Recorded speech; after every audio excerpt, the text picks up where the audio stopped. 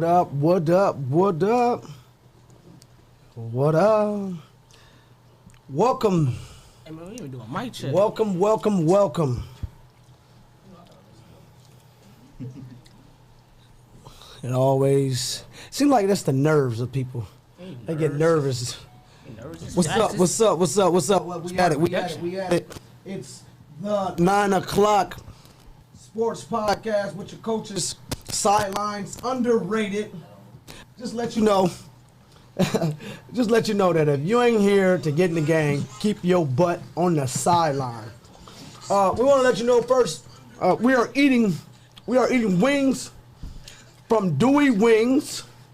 Dewey Wings. Wait, do hard. 419-329-8014. Put your order in now. I just want to say that he delivered. He was on time on his delivery. Always. The food was hot. He even added in some fries. We got whole wings, lemon pepper, and Dewey sauce. So shout out to Dewey, Scott High School graduate. So we welcome him. You got a little lemon pepper, right? Got a little lemon pepper. Right? It's gonna be there all show until I'm done eating. You know, so I respect him. This him? Yeah, this is Dewey Wing. You feeling it? See, if Matt like it, my first experience because he didn't play. If Matt like it, if Matt, and we got cupcakes now. We got cupcakes from Jesse Bell's. It looks like a brownie or so. We only got him because he was late. No, yeah, he come bearing gifts. He come bearing gifts because he's late. The brownies is probably accounted for me because Brownies? I don't really care for the cupcakes. I love brownies. I'm talking about like the extra ones. I gotta put my own. She got peach cobbler. She got banana nut bread. And brownies, and in my eyes, let me tell you something. Is she working tomorrow? The brownies, she's not working tomorrow. It's Thanksgiving. Be thankful. That's his one. Man, listen, we Wings family. is these? But listen to me. I thought we was close. Dewey Wings again, Matt. These are again Dewey Wings. Dewey Wings. Dewey Wings. Shout out to Dewey Wings with the customer service. Can we on do time it and again? punctual. Hey, Matt is. Tim coming here bearing gifts, looking like last week. It's hard out here. Recycled shirt. All right. Oh, I had this on last week? Yeah, I had this on last It's week. clean though. It's clean. That's what you tell us. No, that's it's fine. probably not. It's probably not clean. But nonetheless, we just getting started. Dewey Wings, want to give a big shout out to Dewey Hey Wings. man, stop everything, bro. Share, bro. Share. We got 8 people on this thing. Share that thing. Coach Matt here this week. Save me one of them brownies, fam. I can't tell Alan. He don't like me, so y'all gotta tell him. Smitty. But listen though, listen again. Smitty used to be a fan, but We want to get up to listen, I think we had 46 shares last week. Let's try to get 60 shares right now. Before the show over with, let's try to get 60 shares. Feel free that anytime you want to call in, feel free to call in. how can I share? I want to share. You just press the share button, buddy. But nonetheless, we're gonna get going. Topic on the floor. We're talking about the best, all right? But before we get to the best, we gotta address what just came out this today with Lucas County doing what they do best, throwing you for a loop, throwing you for a curveball. It's always something, and unfortunately, there's no sports for the time being, according to Lucas County Health Department. It's funny because I have my notes, had stuff highlighted, had stuff ready to talk about what we thought about TPS canceling. And my question was going to be, do we think TPS moved too fast? But now that the county then came and shut it down, looks like TPS then got it right. But honestly, I think the county shut it is moving forward because based off TPS. So you think TPS has more influence Hey, it's a than the county? Listen, man. It's a protest tomorrow at Ottawa Hills at 10:45. Show up. Oh, I will not be there. I didn't think it was. Let me tell you something. No way. I'm thankful for a lot of things, but I'm not putting my family to the side. No, I totally agree on that. Protest against a sport. But you know what I'm saying? I mean, like, you know what I'm saying? Name one school that had a positive case in a program.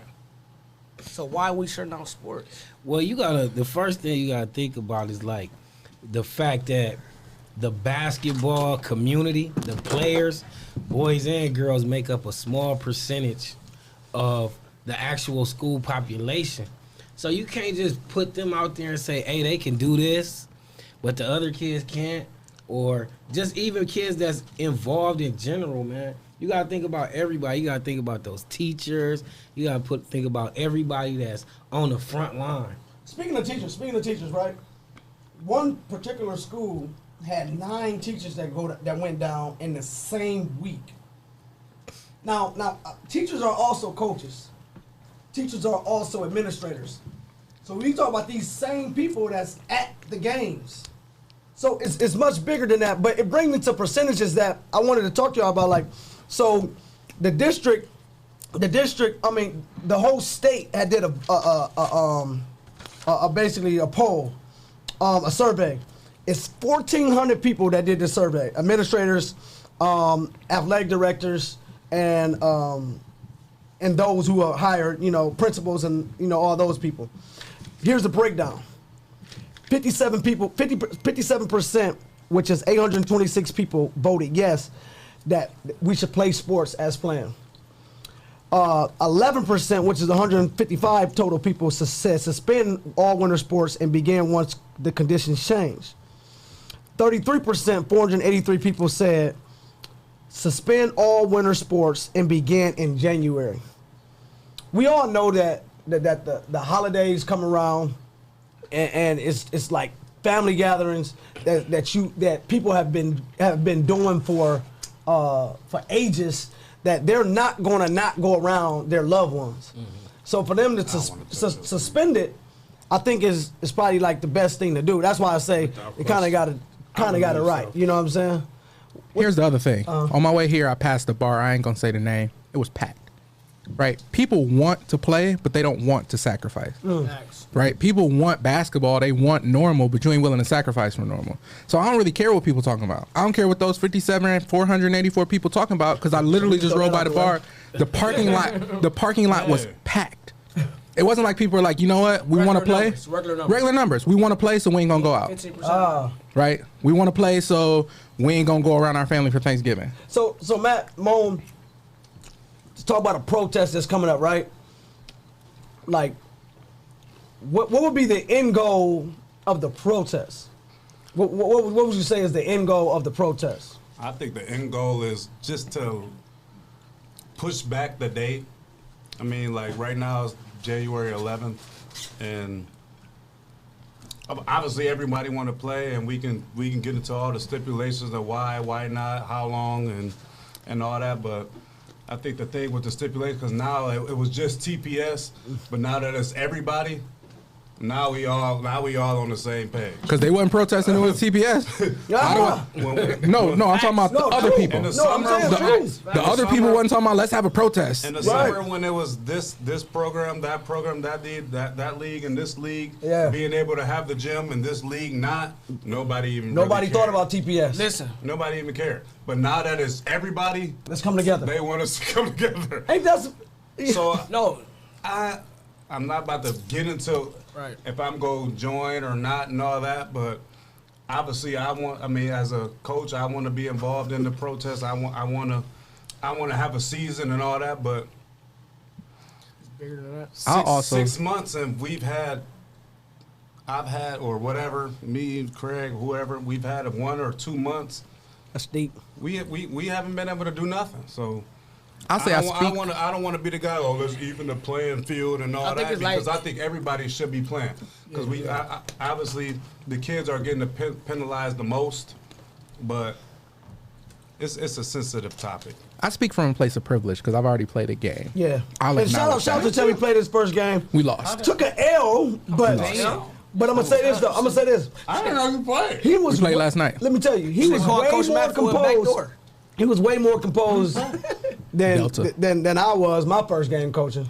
He was way more composed. Gotta be, bro. I mean, so shout out to him. You just played a good, in my eyes, a good Delta team who absolutely who is senior heavy. They got a girl chasing 1,000 points, last name Green. And the way she get her points, she ain't forcing and jacking up nothing. It's just team ball. So you gotta appreciate that type of basketball when somebody's going for their 1,000 points, and the play is not even designed specifically for her. Yeah. You know, so She was going for it that game. no, she's going for it in this It's her season. season. She'll hit it this season if we have one. But I was gonna say, the science has always said that kids are the carriers, right? So when you keep hearing people say, "I did everything right," right? I wore my mask, I did all the things, and I still got it.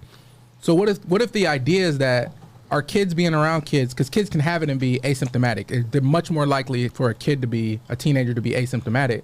So we're letting our kids be around each other, and they're the ones passing it to their parents, right? Who are then passing it to their grandparents, and we're like, but the kids ain't getting it. But the kids ain't getting sick. Yeah. Not getting it is not the same thing as not getting sick. True. And so we're letting our kids be around each other because we want to play basketball so bad, and their kids are getting their parents sick. So Smitty says the county is full of crap. Because if it was so urgent, which it is, why haven't they closed bars, gyms, and restaurants? Everything is about money. Well, you can't control that. You can control schools. Schools are state funded. Okay. You can't control the bar. It's Those capitalism. bars could actually sue. They could sue people. Schools I know sue if they bar want to and owners- lose their But money. I thought when it first happened, people were like getting fined. Yeah, they getting fined, No, but that's nothing though. if you continue to shut down all these bars who are relying on their business to make money, Livelihood. some of these bars can actually sue. Oh, because they probably getting fined for like capacity reasons, not so much of being open. Correct. Okay, got you. So, I mean, I don't want to spend too much time on that, of course, but I did do a little looking at. I looked at Pennsylvania. I looked at Pittsburgh. I looked at Pittsburgh. I looked at Philly. I looked at Chicago. I looked at Indianapolis. I looked at all the cities in the state of Ohio to see what was really going on. You know what I'm saying? Because typically we'd be like, oh man, it's just hurting us, or it's just hurting this group of kids. Well, Dayton Public Schools was the first one who came out and was like, we shutting everything down. No sports. They ain't even got a date. Cincinnati is the only city, in large city in Ohio that said, well, as of today, that we're still playing. We're still playing. Columbus, half of Columbus is torn. It's over with. It's over with now? Zero. Okay, because In Columbus? as a 10 private schools and everything. as of 10 o'clock this morning, private schools were the one who led the charge. I talked to a coach yesterday. He said All of Columbus, or all of Columbus. Yeah, so private schools were the ones who led the charge. With that, Cincinnati said for the time being, Cincinnati Public Schools plan to move forward with winter sports with a few changes. Then we got Cincinnati. They said they're going to push it back, and they're going to go until December 18th. Like theirs is pushed back to December 18th. Christmas break, ain't it? Yeah, but that's what it is. So Christmas break, not a lot of games are being played over Christmas break. So it really takes you to when? January. Yeah. So psychologically, it's a little better play. You know what I'm saying on them. And then Let everybody practice. it's a principal that said at Groveport Madison said he's waiting until January despite what's going on. So I can appreciate it. And he said the same thing. We feel if we can get through the biggest holidays of the year in terms of gathering before competing, we have a better chance to actually having a full season. We just, me and Sharice just got down talking to Iowa's volleyball coach. They are playing. They're a fall sport. They don't even play until January, whereas Iowa men's basketball started today. So it's it's a kind of, and then they said they will start if the men's actually continue to do well. So, my God. but I just wanted to just start off with that. But Smitty says the end goal is to get their way, and I guess we can go with that as well. But enough with the COVID crap, man. Let's get to it, man. We usually cover 4 topics, and we are in our 5th episode, and our 4 topics, I guess I could tell you if you hadn't caught on to it. One is, we always have a sports debate, and we always kick it off with that. The second thing is we always have a conversation about parental involvement and how we like to see it as coaches. So if you are a parent listening in, you can actually get like literally inside the locker room talk with the coaches and hear what they expect. And And then we always talk about some systemic issues or some being black in America type of issues. You know, let's just be playing. And then we always give a coach's perspective. So right now, it's about to get heated right now. Turn it up a little bit. We're asking the question. Our topic for this subject is who's the best. Facebook out there, iHeartRadio. Hey, all of the 31 viewers, stop right now. It's about to get heated. Just share. Just hit the share button because we want to know who is the best male high school basketball athlete to come out of Toledo. Now, and here's the criteria. We're only talking about high school. We're only talking about what they did in high school. So, who y'all got? Because I know who I got. And I'm not going with Truman. Man, all right? Listen, I'm just telling you that right now. Yeah, because he teed me up. No. But listen, though. Oh, how boy. can we go with Truman when none of us ever seen Truman play? Have you? Truman ain't in it. That's what I'm telling you. Yeah, so you know what I'm saying? So you can't go with people that you've Hey, never seen. quit saying the small talk. Who you got? Like, Jimmy. I got Jimmy. Fact. Jimmy? Oh, I boy. got Jimmy's. Who you got? Who you got, Matt? Jimmy, bro. I ain't gonna lie. I think I Don't should. stutter. I'm not stuttering. Mine is different because I got to go with who I actually saw play, who I actually I see the saw. highlights of Jimmy. You know what I'm saying? I can't go no further than Jimmy. But like I don't got stats to prove mine because Two-time All-American. he actually didn't State get to champion. play. Hold on now. Wait. Let me go. But from me, Who is it? Nate Miles. Nate Miles. Speak on this stuff. Nate Miles is the best basketball player I've ever seen. What school did he play go the to? game. He went to Wade. He Where's went that to located? Libby. He went to East Toledo. Wade is on the east side. Libby is in off Western. That's the east side, it's too. no longer there anymore. Doesn't exist. Look at the east side too. I think I should go first because obviously y'all gonna have probably better examples. No, of- if you of feel like he's the current- best, then he should of be. current stats. Because like what you said is you want stats to prove. Your Go play. ahead. I don't got many stats. I got, if you Google them and look up China, you'll see them dropping 50 a game Was in that the China. best league? In China, wherever he at. We talk about high But, like, school. In high school. What did he's he the do in only- high school? He ain't do much. So- But he's the only player I've ever seen personally. And I think when you are good at the sport, you make the game easy. You make the game look easy. He's the only guy I've ever seen make the game look easy. I know he shot from the rocket at I don't Oh, care. He that was a shot from the regular rocket shot. and all that. I was a caddy at a golf course, Emirates, blah, blah, blah. I caddied one day for Jim Calhoun, Motion. one of the best coaches of all time at UConn. And himself, I let him know I was a freshman coach at this time. I let him know I was a freshman coach, and he asked me, this is true story. Do you know Nate Miles? I'm like, yeah, I played with him. He went to Libby, he transferred to Libby, blah, blah, blah. He was like, Nate Miles, we're recruiting him. He has a chance to be the next Rip Hamilton. Wow. I heard this out of Jim Calhoun's mouth himself. Wow. Himself. And that's when UConn was at the. And that's when they were at the peak. I actually That's caddied when they were at the peak. Yeah, I caddied for Tubby Smith himself that day. Jim Calhoun was in my group. I happen to, I'm caddying with coaches, so I let them know, hey, at this time I'm only a freshman coach, so I wasn't nothing. But I let them know, and Jim Calhoun himself brought up the name Nate Miles. All right, Nate Miles. You got Nate Miles. Bring up though, but you know what I'm saying? Man, the nigga was only thought about, bro. He made That's the like- game look easy. I've never sat in the gym and watched somebody go back and forth and make every shot that he What put end up. did he make it look easy? Nate Miles. On the Bud offensive end, Davis says Nate obviously. Miles. Bud Davis will swear by Nate Miles. Jesse Coleman make it look easy said. on Jesse Coleman defense said. end. Jesse Coleman said. We talk about high school and you talk about Bud. China. China. I gotta say China because I like the guy who said the Bud. name. China. Bud did. No, hold on, Bud hold on. did deep, bro. Bud did deep, bro. Nate Tell me, Miles where made you at? the game look easy. No, he did. For me, He I'm did. talking. Period. I go modern Boys and Girls era. Club, all that. I'm going modern era, right? So I'm not going back to 1990 to pick a basketball player that I was 5 years old when he was playing. Wow. He wasn't 5. No. I'm talking about everybody who said We Jim was the Jackson. same age. Because when the question first came up, My thing was I don't even want to talk about it because I knew Jim Jackson was gonna be the one. He's But like why Toledo's. not, though? He's Toledo's Saint. If you Patron knew saint. he was gonna be the one, then he probably got to be the one, right? Well, no, but it's like it's the same people who argue that Bill Russell's the one. Oh. Right? That's great, but y'all ain't seen Bill Russell play. Oh. I'm the second oldest person at that table down there. Yeah, we're talking about it. So what do you say, man? Kill the But small for me, talk. it's Brian Roberts. Brian Roberts. It's Brian I'm with Roberts. you there. Oh boy. It's Brian I'm with Roberts you. there. I ain't agree with I'm nobody with that played when I ain't. No, I'm with you there. I don't think anybody dominated basketball more than Brian Roberts in Toledo for boys. Facts. And it's He had funny. a whole team on his side. William Buford will be my next one up. That's but, mine. But that's also what makes Brian Roberts special. Brian Wright. He was special. co-state player of the year with a team. Yes. Right? It's hard to With a shine when team. it's hard to shine when you got killers with you. Right? And he still shined. Like he still was the Smitty said, man. what the hell y'all shrinking, bro?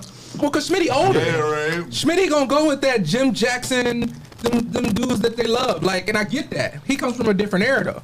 Man, let me tell you something. Smitty also couldn't probably name nobody reason. I'm gonna tell you this. But I get it. Like we don't see basketball the same. Listen, Linda. I was the guy who I listen. seen actually do it. And I seen William Buford do it. There Now you let me go. tell you. I'm with you.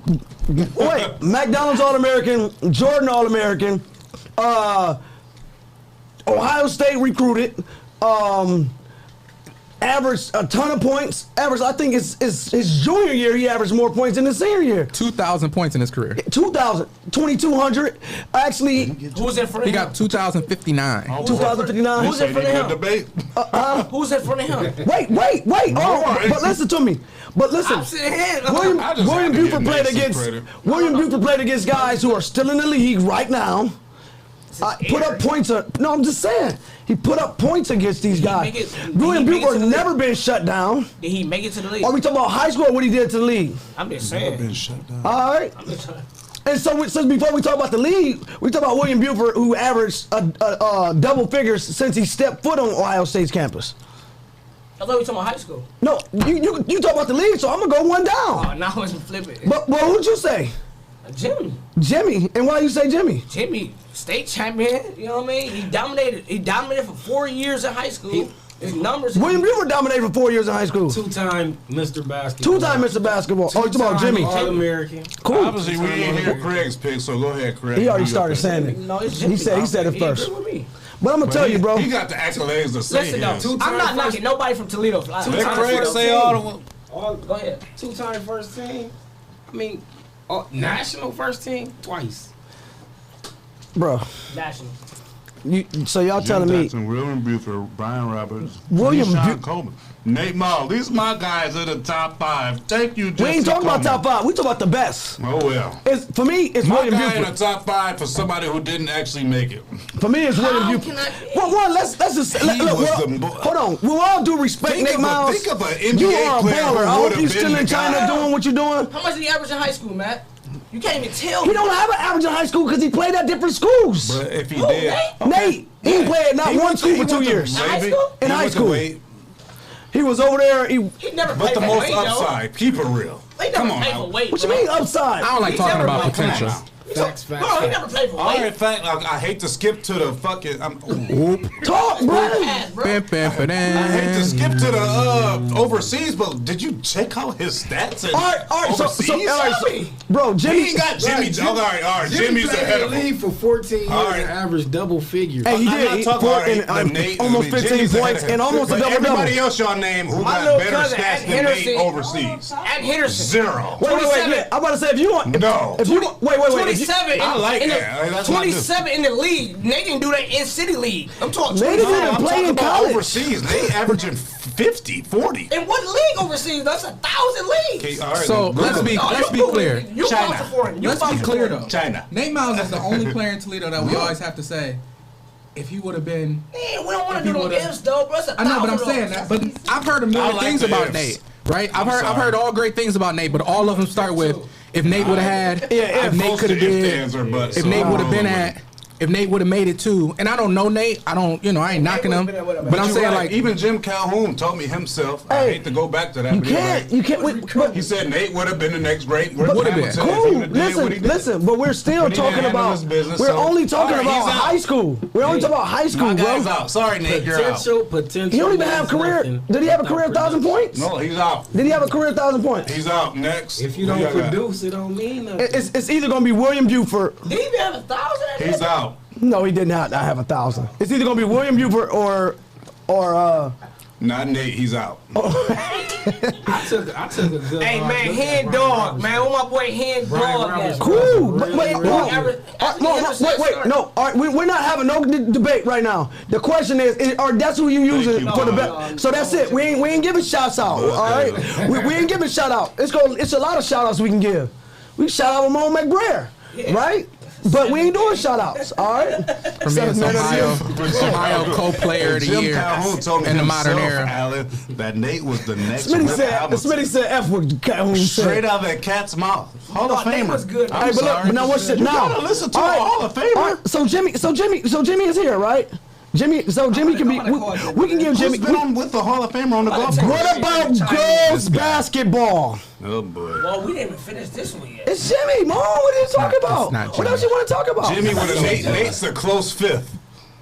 No. So Jimmy. Jimmy averaged 30 points. I said close fifth. I mean, Jimmy. You ain't even got his stats up there. Jimmy's my Bill Russell of Toledo. Bill Russell. Jimmy's my Bill Russell of Toledo. And William Buford will be the Jordan of Toledo then.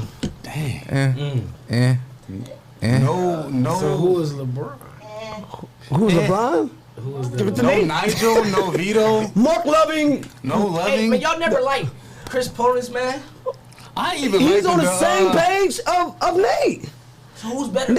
Chris went to 5 schools. Who's better, Chris or Nate? We're talking about the best. We ain't talking about better. All right. So let's move on. It's a conversation. We're the next best. We gotta stay on topic. In high school, ain't no more wings. In high school, the best girls basketball player ever has to be Zai Cook.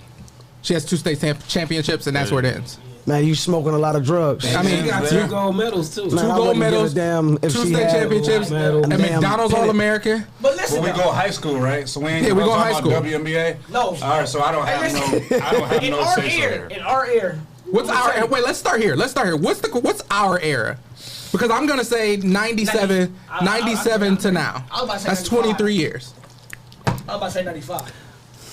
We all know who Chris gonna say. We ain't gotta ask Chris who his person is. We don't even want to hear. We got it, Chris. That's my sister-in-law. And I love her. She set the foundation. Man, what the hell what y'all talking about, man? I want to wait. No, forget. Listen, Natasha Boom. Look, Natasha Boom. Natasha and Boom. Listen to me, bro. Listen to me.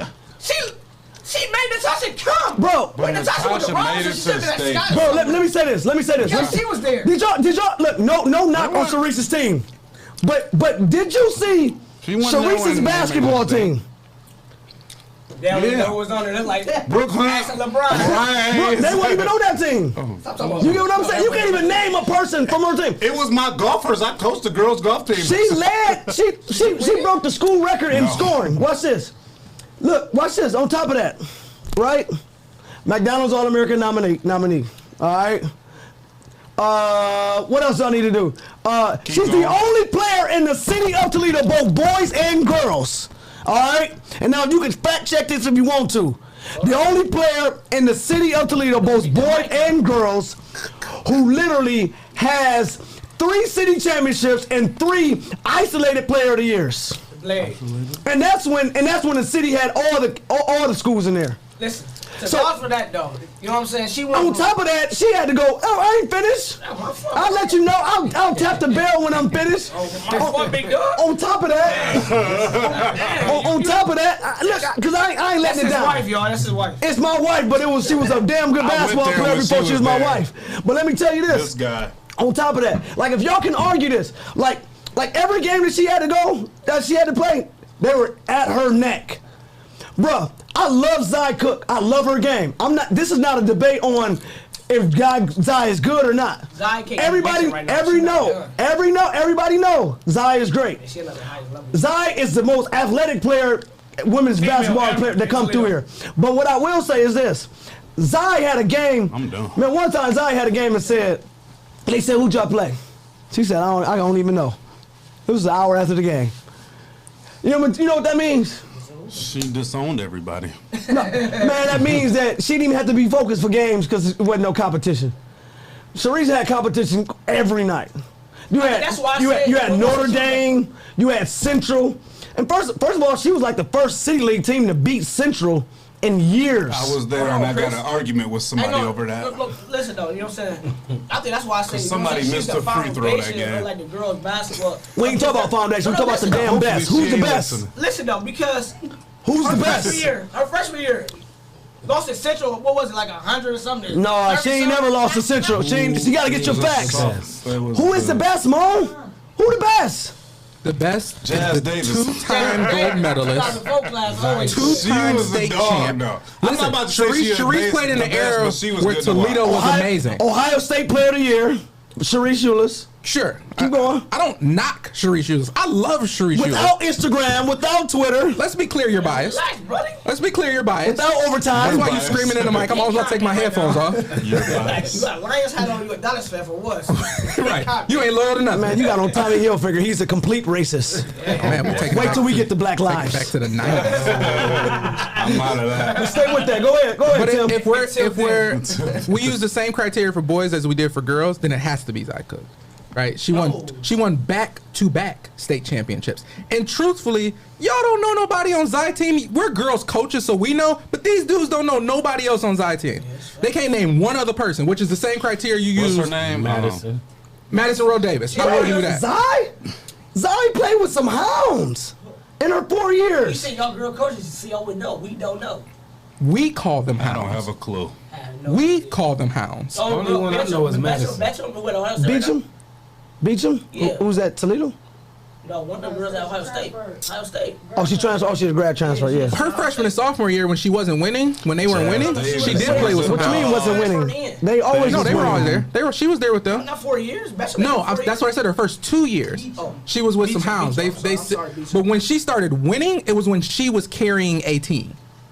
I've actually never seen, and I'm not gonna lie, I love Sharice. I love Natasha. You've never seen Sharice, be honest. I have seen Sharice. I've seen Sharice play. What kind of dope you smoking right now, there? Not Sharice not the kind that has the wedding ring on your finger, and I get I would it. take it off and say it again. But if you didn't know her, you wouldn't be this emphatic. Bro, listen. If you watch Sharice will bust. Bro, listen to me. Sharice will bust you for 30 and never even show an emotion. Sharice, But you she's never still seen. like that. Tasha did the same You thing. never Sharice ain't showing emotion either way. Tasha made a showed goose emotion. egg against start against Perrysburg. How many state championships does Sharice Eulis McBrayer She doesn't have any. But Okay, then what are we talking And about? Natasha Howard. What are we has talking been about? the one. Okay. I mean, it's your pick. You No, take your no. pick. I can get it. But I was arguing the But you same ain't thing about to for. I was you're arguing about the to same thing convince for me. William Natasha Buford. got there with Mariah Haynes, Brooke Hunt. Did Natasha win They it? got Neal. straight water down at that point. Lost by one. You don't get no, and that's the same argument that I have for William Buford. He would have had one, and don't get no closer than 5 seconds outside of the. And that's still heartbreaking to even That was talk about bad, that yo. game. I gotta work at 6 in the morning to go make that game. On a platter. Kamisha Harrison, Good. good, not the best. Where did she go? Central. She went to Bowser. Bowser.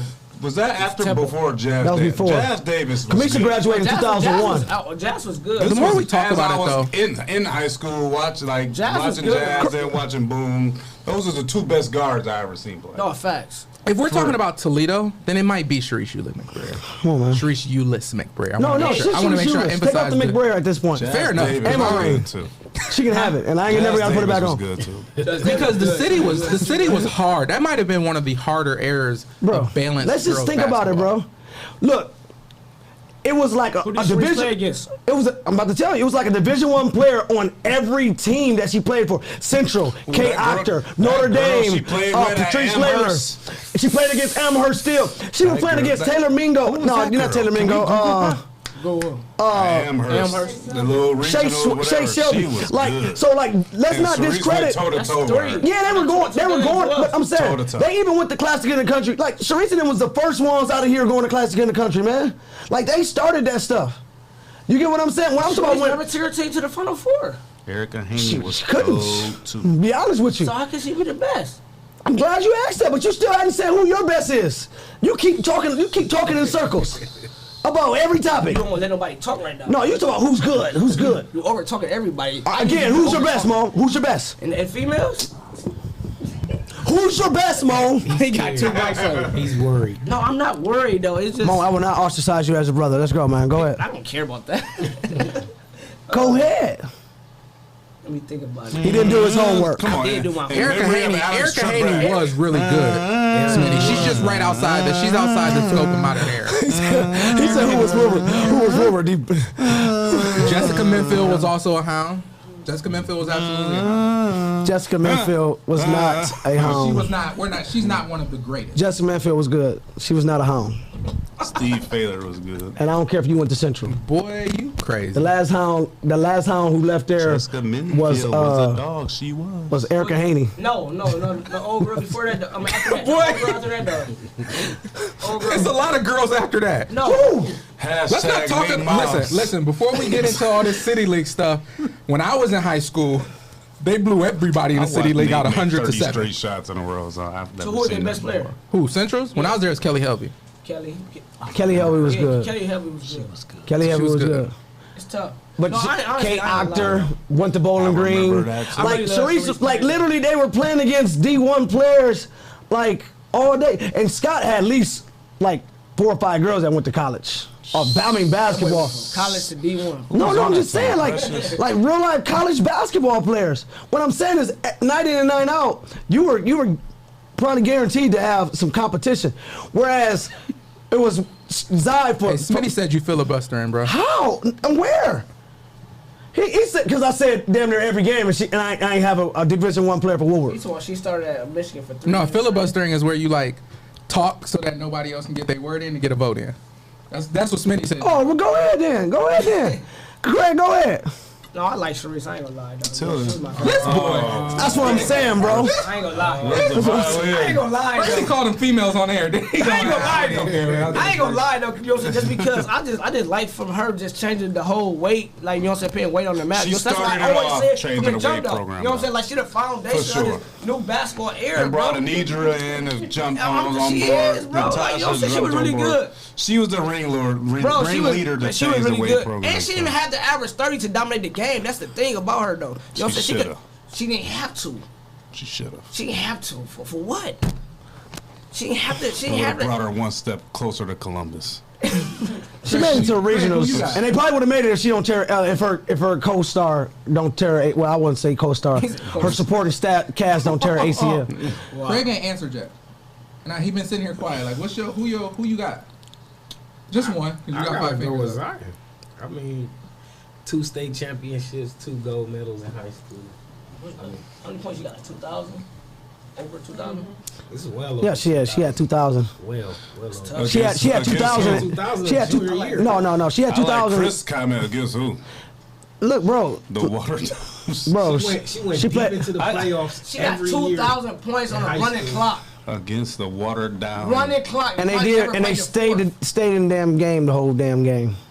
Shout out to Coach Steve. And I'm gonna tell you one thing about. I'm gonna tell you one thing I didn't like about Manny though. Boulevard. Tim, and you, look, Sharisa had 25. Coach Smith from the camp. She had 25 and literally at halftime, and instead of letting her go for 50, Manny would say, "Get everybody else 10 points." That's what she had to go through. She paved the way for all the great women's basketball players right now in our area. Are you saying Sharice I is think the in the city, Oscar Robertson? especially in the city league. Oscar Robertson one of my favorite players. In the city league, went No, to Sharice just the might city be league. like an MJ though, like somebody who changed the game for everybody you watch right So now. who's better? So since we gonna go there, MJ or Kobe? Since we at it, Natasha. Yeah, Kobe, I think he's Don't do this because I can't even talk about Kobe. because people without start getting naming all, people like emotional. Kayla McIntyre. They were good, but said Kayla MJ or Kobe. McIntyre was nowhere near the best player to ever come out of Toledo. Who did Like everything somebody else did. That boy stuck his like Matty Mays was not the best player to ever come out of like Toledo. Another man. Kobe. You walk like another There's man. no I can't- I way. can't- There's I no can't agree. TPS good girls program without Boom. I say that. But Natasha Zai had Why did Natasha go to weight? cause Boom. So there we go. That probably is Sharice The Eulis. foundation, bro. But that's her greatest gift to basketball. But like she like, made it okay and for then, girls like, to go to even when public you school. hear and then you pave the way for somebody else, like you willing to give up that that title. Well, that was her senior year. And I'm pretty sure want to talk Boom about. does too. Like she's willing to give up that title. That No, I nigga, paved the way. I got somebody that's. She laid that I mean, 6'3" way. I mean, a little bit more talented than me at my position. I mean, she paved the way for me. I was willing to step and help Natasha get where she was. I'm not talking about that. What you talking about? I think. But listen, this dude Smitty say she didn't play with nobody. Names. No, she didn't. Though. What I'm saying is, name one player who went to college for basketball on Sharice's basketball team. That's who on Tasha's basketball team who won. Exactly, it's the same There's somebody who thing. won on Jazz basketball team that won. There's somebody on old girl from Bounce. What's her name? Yeah, You don't know her? Kamisha. Yeah, Kamisha. No, I knew her. No. Boom and Ty, like who? I want to hear this answer. Cause Brooke ain't going, Mariah. Zai. Mariah went. Who went? Zai had like 4 people in the college too. Nene couldn't go cause her knee. She had Zai? one. She had one. This is one. Just one. Who? Who went? Madison. Who went? Nobody. Madison. Nobody else on those teams. Time Went to out. Where's Courtney Gardner at? Who went? Don't do this. Don't do this. I don't want to be the Time one. out. I want to know who Wait. went. Who went what? Who went from her team Nobody. or Natasha's team? Okay. Nope, that's what I'm saying. Nobody from her team, right? Yeah. Who from Natasha's team? And who's from Zai? Nobody. Zai? Okay. Zai had players. He just said he was. He said Zai, he was. all four Zai years, she had somebody who she played with that went D1. She always had a Pippen. Bad Who? Tiggs. Oh, the last 2 years it was Madison Rowe Davis. Her last two, her junior. This dude senior don't year. follow girls basketball. I'm asking a question. I do.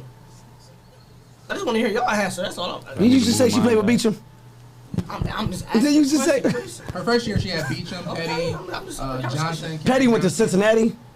Then after getting hurt, still had the opportunity to go play at IUPUI. Like, she had a Kenray Johnson. Bro, Went to like, Michigan. She had Bree Hampton Bay, her This freshman was year, who no, went she to ain't, UMass. she ain't have Brehampton Bay. She had They never she got had freshman year? Kerry then, right? Brehampton was Bay I. transferred when she came in. Sure did, because she played junior and senior year in Notre Dame. Zai? Yeah. What I'm saying is she had nice people around her. They didn't go far, though. So she had people who, taught her like, how to, like, do the thing. Taught her how to, like, be Boom didn't have that. No, Boom didn't have that. No. That's why I I said will she laid give the her- concrete, bro. She the But foundation. Boom gave that to Tasha. Boom gave elite Facts. girls permission to go to public schools. Because before that, wasn't nobody going to public school? Not at all. Look, Sharice said Especially Sharice said this. WWW. She said that. She said that. She just said, I'm cool where I stand. No hate. I'm proud of what I've done. After we knocked Central out the City League, they never looked back. City League never looked back. And City League has been representing hard. Sharice, freshman record again. Freshman record, I think they Boom were. is the only player They that split. I caused think. fear. Yeah, they in went other 500. girls. 500. Then next 3 years she was what? I agree, Dorn. Didn't even I lose was 3 scared years. for Didn't other play player of the girls year. watching her against people. But look though, but on top of that, Tim, that team went from the year before she got there had lost to Central, 126 to like 19, That's the Central I remember. I tried to say that earlier. and then no, it wasn't her freshman year before she came, Oh, okay. and then Central never won again. So her freshman she beat Central. Yeah, no, not her freshman year, sophomore, junior, and senior. Yeah. That's what I said. So all I'm saying is, that's what I say, man. I know. It was just I know tough. games I would like to work watching her play, bro. I ain't gonna lie. I had to be to work at 9:45. I'm squeezing that boy at 9:38. Look, Sharice was the first player. See, Justin contradicting himself. He says Jess Minfield, That's true. but then Jess Minfield was older than Sharice, but he says Sharice was the first one who made me pay attention to basketball. Hey, Minfield man, was you ain't good, gotta too, be though. scared of Chris, man. He ain't gonna. Minfield, no. Minfield was good, but Minfield was and nowhere Bellew's near. rival was pretty good when I was Minfield's out not there. in the top 5. Even though it wasn't on Not in the top 5. Nah, She was no, amazing. Who top 5? she's not in the top Top 5. 5 modern era girls basketball? Yeah, who top? Yeah, honestly. Jazz Davis, How many city Kamisha, championships did she win though? who? Minifield. None. She didn't win none? But that was her senior year, right? Sophomore, junior, senior, city champions. So what year was she when y'all beat them that first year? Senior. Oh, they probably won her freshman year. That's what I'm saying. Like They probably I won thought, Jessica's I Minfield. thought she was older than And she you. ain't play her freshman year. I'm sure of that. Central didn't let you do that. Central still don't let you do that. So when y'all beat them that first year, I was there. So I remember. That was my sophomore year. That was her senior year. She missed 2 free throws. Bro, So look, what about her freshman, sophomore, and junior year. I don't got nothing to do with that. Didn't happen. That's what I'm saying. They didn't win. Like Central won everything. They didn't win those 3 years. Kate Octor, I think. She was the city. They was a city championship for 3 I years. mean, her sophomore year, she beat them her senior year. Kate Octor, bro. So you telling me No, that it wasn't Central her didn't senior win year. freshman, sophomore, Clay ain't junior win no year? city championship. We need to look that up. Dropped like 40 on a lot of people. She dropped 45 on Scott. I wouldn't be surprised if they won. It's coming off an ACL injury. Great, before we beat them. Exactly. She went to BG. So she won 3 Went and to left. BG. And got drafted. Well, again, what I'm saying. You started the thing off that she won. I mean, she ain't got 3 players years like you, but she won 3. Who else got that in the city? I mean, not 3 players years. No. Zion even got 3 player of the years out the city league. She don't? No. Who got them? Who got Especially them? the She full split with city. Mariah. Split it with Mariah White. She her split with sophomore Mariah year. White. So yeah, that's still 3 though. No, it's split. mean, Sharice don't split. We talk about individuals. We ain't talking about. Till then. But I mean, no, Mariah White's in my top 5. I don't care what y'all talking about. Till then. Boone. Dorn said Boone is the only girl who caused fear in other girls. I already read that. I ain't hear you here. Sharice said I'm a little biased. A lot. Sheesh. This boy starts screaming in Chris the mic. rescued She did. herself, bro. He turned into Meek Mill over this. I am, bro. This is. Hey, bro. Listen. Let me tell you something. It don't get no better than this when you talk about basketball. When I accidentally stumble across the best basketball player in the city of Toledo, How'd that happen? and stuck my in the gold We mine. ain't gonna go there. I chased her down. Seen her on BCSN. My Uncle John, rest in peace, John Lane was like, "Man, who was this girl right there?" I was like, "That's my girlfriend." He was like, "For Oh, real?" boy. I had to go get her. Haven't looked back since. Good job. That's another topic. That's another topic. But nonetheless, got trapped going. she did get trapped.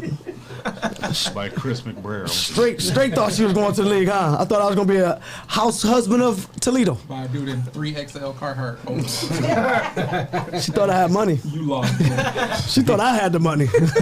He threw it out the window Looking one for day. the buddy, yeah. I was a gold digger. No, but in all reality, we can move on from this though. So moving on to our next. Nate Miles and Natasha.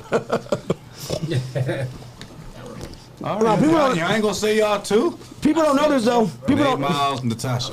Boom, mom. I like boom. I like boom. And Jim who? Zaya. Jimmy, bro. Boom. Jim Zaya. Boom. Boom. Boom. And WB. Truman Clayton. Brian, you got Brian Roberts. I got Brian Roberts and I respect that one. and probably Zaya. Truman was really good though. Who? Brian Roberts really good too, though. Who? went He on did go to Kentucky. No clue who that national is. champion. Dude, y'all talk about. I don't hate when y'all do that. Y'all telling me like. Not a bro, clue. All right, so what shoes? He did- went to Kentucky What in shoe- racism. Who? Hey, what shoes? He was light skinned too. He was racism. your complexion. Represent for the light skinned brothers. Hey, it is what it is. Hey, but what shoes did he hoop in? What shoes did he hoop in? Brian Converse. All right, now tell me this. Just think about this. Converse. He hooped in Converse. Name one player who was hooped in Converse in the 2000s. Dwayne Wade. No, I'm talking about Chuck Taylors. Me. Chuck Taylors. Gamers. He said, yeah, Nate, because Jim Carroll said he was the next With the true magic logic. Thank you, Smitty. But look though. He but told look, me that on the golf course where all relationships all I'm saying is happen. this. Carry this Where bag. all All I'm saying is deals this: are made. if He we told compare me that ourselves to the himself. 1970s, like shoes got better over time. Smitty, Shoes stupid. got made you faster. Dude, athletes got better over time. So I'm taking Truman out. I didn't say They he didn't was even have the a best. three-point I line. said he was good. Smitty. I don't want to care about good. The topics say the best. good. And I'm arguing my best. And y'all can talk about me all you want, but I've only argued my best. I ain't talking about nobody who was good. I ain't talking about nobody who was 9, 10, or 12, or 20 on the for that golf matter. course. Or on the golf course. I don't care if she married to me or not. That's your fault. You an in-law now. Thank you. Nate Miles. I should name you is the Sharice. best I mean, I've ever Ramon seen. Eulis. Thank you, Alan. No, I almost thinking you were Chris Eulis. Nate Miles was the silent assassin. You changed your last name, so don't But disrespect me. here we go. Look, so now we move on, right? So what would you say? And we're still sticking on basketball, but what would be the best player that you've ever seen? Oh shoot, that's me. My bad. What was the best parent? Parent that you? Please let me go first on this. Go ahead. I promise, man. Felicia Tollbridge, bro. If y'all ever met her, names. bro, I tell her all the time, she need a parent one-on-one class, bro. Speak to it. Bro, she's strict, she understand coaching, she understand where her kid need to be, the work ethic, like she never ever coaching, you know what I'm saying, never ever coaching a coach. She would question her kid before she catches a coach. Like, prime example, her son Keith Tollbridge, played for me at DeVoe, went to Central, went to Louisville, you know what I'm saying, opportunities in the league at Buffalo, Tennessee, and all them different other NFL teams. But his 7th grade year, and he won mine if I say this, we worked so hard. He was like, man, I ain't doing this. He ran out the locker room crying, like, I'm not doing this no more. His mama walked in. I don't know what she said to him in the locker room, bro. I ain't seen that man cry since. That boy like 25 right now. I'm telling you. But honestly though, like Felicia Tollbridge, man, she's an awesome mom, bro. And she understand everything. I don't even know what she do so well. So what are some characteristics that if a parent is watching right now, like that you would say, like some pinpoints that you could say that a parent who's watching who probably want to be a good parent to their athletic child, what are some things that they can possess or look to possess? She always held her son accountable for every action. You know what I'm saying? That's the biggest thing. She hold her son accountable for everything he do. And once you do that, everything else just fall in place. Yeah. Everything else just fall in place. Like man, shout out to Big Sis, you know, Felicia Tollbridge, man. I tell her this all the time. He getting teary-eyed, so he mean it. For real though, no, I'm dead serious, bro. Like, man, it's like she's one of the greatest parents I ever been around. And me coaching 16 years, man. And it's unbelievable. Even right now, to this day, I could call her right now, and she gonna tell you the same exact stuff. and I would still punch my son in the chest at 26, 27 years old. I don't care how. I was funny. I was actually talking to Smitty, and I mentioned to Felicia, and I remember when I was coaching him at the Mid City Bears, and he wanted to play quarterback. I'm like, man, this dude is a tight end. This is 6th grade. I'm like, man, he's a tight end. He got the build. This dude gonna grow. I'm not a tight end. I'm not a tight end. She got this dude running in practice. She got him running with bags on around the laps, trying to get him to drop weight so he could play quarterback. But then that same day, he even had a bad day. She said, "You better beat from Joy Brown Park. You better beat me to City Park before I get there." And he had to run. And let me tell you something. That dude literally ran the whole way there, all the way there. She did the vote too. It was borderline abuse these days, but but I'm gonna tell you, for me, I think it's just dope when you got a parent who hold the child accountable, and you know, it's just great. What you think? For me, parents that I've been around, it probably goes Keyshawn Johnson. Keyshawn Johnson. Yeah. Again, it starts with holding your kids accountable, but it also starts with parents who don't make excuses. Right, like Keyshawn Johnson or Stratman Cook, right? Either one of them, because Zai come home right now, she get in the gym with her dad. I don't care what it is, where it is.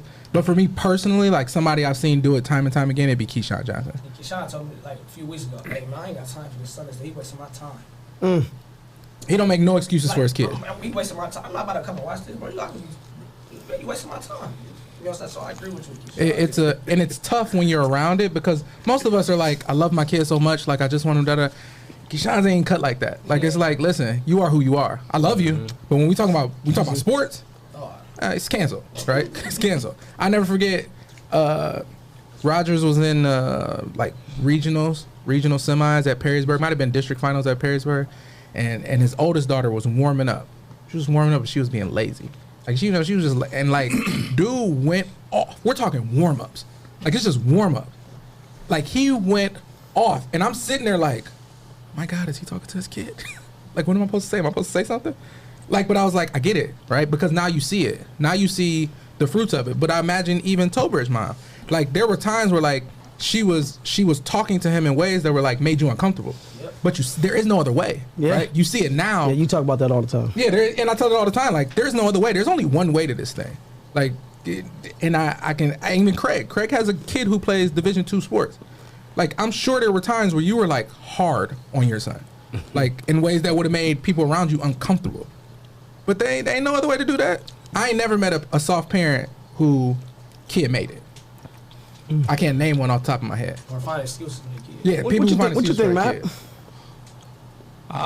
I've been in a situation to where starting off at start. I mean, we didn't have a good core group of parents when I was the JV coach, but when I took over as varsity, that was one of my things that I wanted to make sure I do better, make sure I have more parent involvement, and it took a while. I mean, like the stuff that I had going on as far as needing parent involvement, as far as like monitoring social media and doing fundraisers and helping feed the kids before the game, and we had a lot of stuff going on. I mean, I really don't want to get in the thing of mentioning names, but I've had a few. I got a lot of good parent involvement lately. I mean, I guess I'll mention the name. Deshana. You gotta mention Deshana. You I gotta mention her, bro. Deshana Wills. I mean, Even after her kids Devin's got mom, Blue's mom, Reese's mom, whoever. Even Tawana Floyd. I mean, Shotty's mom. I mean, those two. I mean, mixed along. I don't want to not leave no parents out who's actually been on board. That's probably watching. That's helped our program. But I mean, when you go in, like you do 57 mud hen games, and you got Desana and Tawana there at 50 of them. I mean, that's how you know you got them parents that's riding or dying. Riding or dying. Matt, Smitty says you must have great parents because you tough on your kids, and plus you the Black Bobby Knight. Yeah, I mean, like, is it easy? No. I mean, but like, even like, I mean, I got to go back to the sophomore year for Shotty. He didn't even, he ended up quitting the team, and I was trying to get his mom to be involved, and she didn't want to be involved. And junior year, she knew that he had a tough road to make it back for the team, and we needed him to be involved over the summer, and she never wanted to help in the summer, and like she ended up doing it. And like she ended up being one of my like top 10 parents coming around helping, and she ended up enjoying it because she knew like what she was doing for our program was helping her son in all different categories, whether it was looking good with new jerseys, whether it was being able to go out of town when we was going out of state to play in some games. But those two, like, I mean, they ultimately, I got parents who ultimately ended up being like assistant coaches. I mean, besides the basketball part. She even drove to Florida, didn't she? Yeah, when you got parents who's helping on the fundraising end, helping on the financial end, helping doing the food that I ain't got to worry about nothing to do with getting the meals done. We got an app to where I had a parent post the meal. You bring the lettuce, you bring the cheese, you bring the bread, you bring this, you bring that, you bring that. And then we had all like 14 out of 15 items all made up, and I didn't have to do none of that. That's great. That's my great. parents ended up being assistant coaches, which has made my program be what it is right now. So, I mean, I give shout out to all the Start High School parents, but especially, you know, Deshana and Tawana, who's obviously no longer with me anymore. But I got parents that's stepping up now. You know, Miss Raina, you know, Tiffany, and that's good. We got parents stepping up. We got media. Hopefully, Raina ain't watching. She in the media.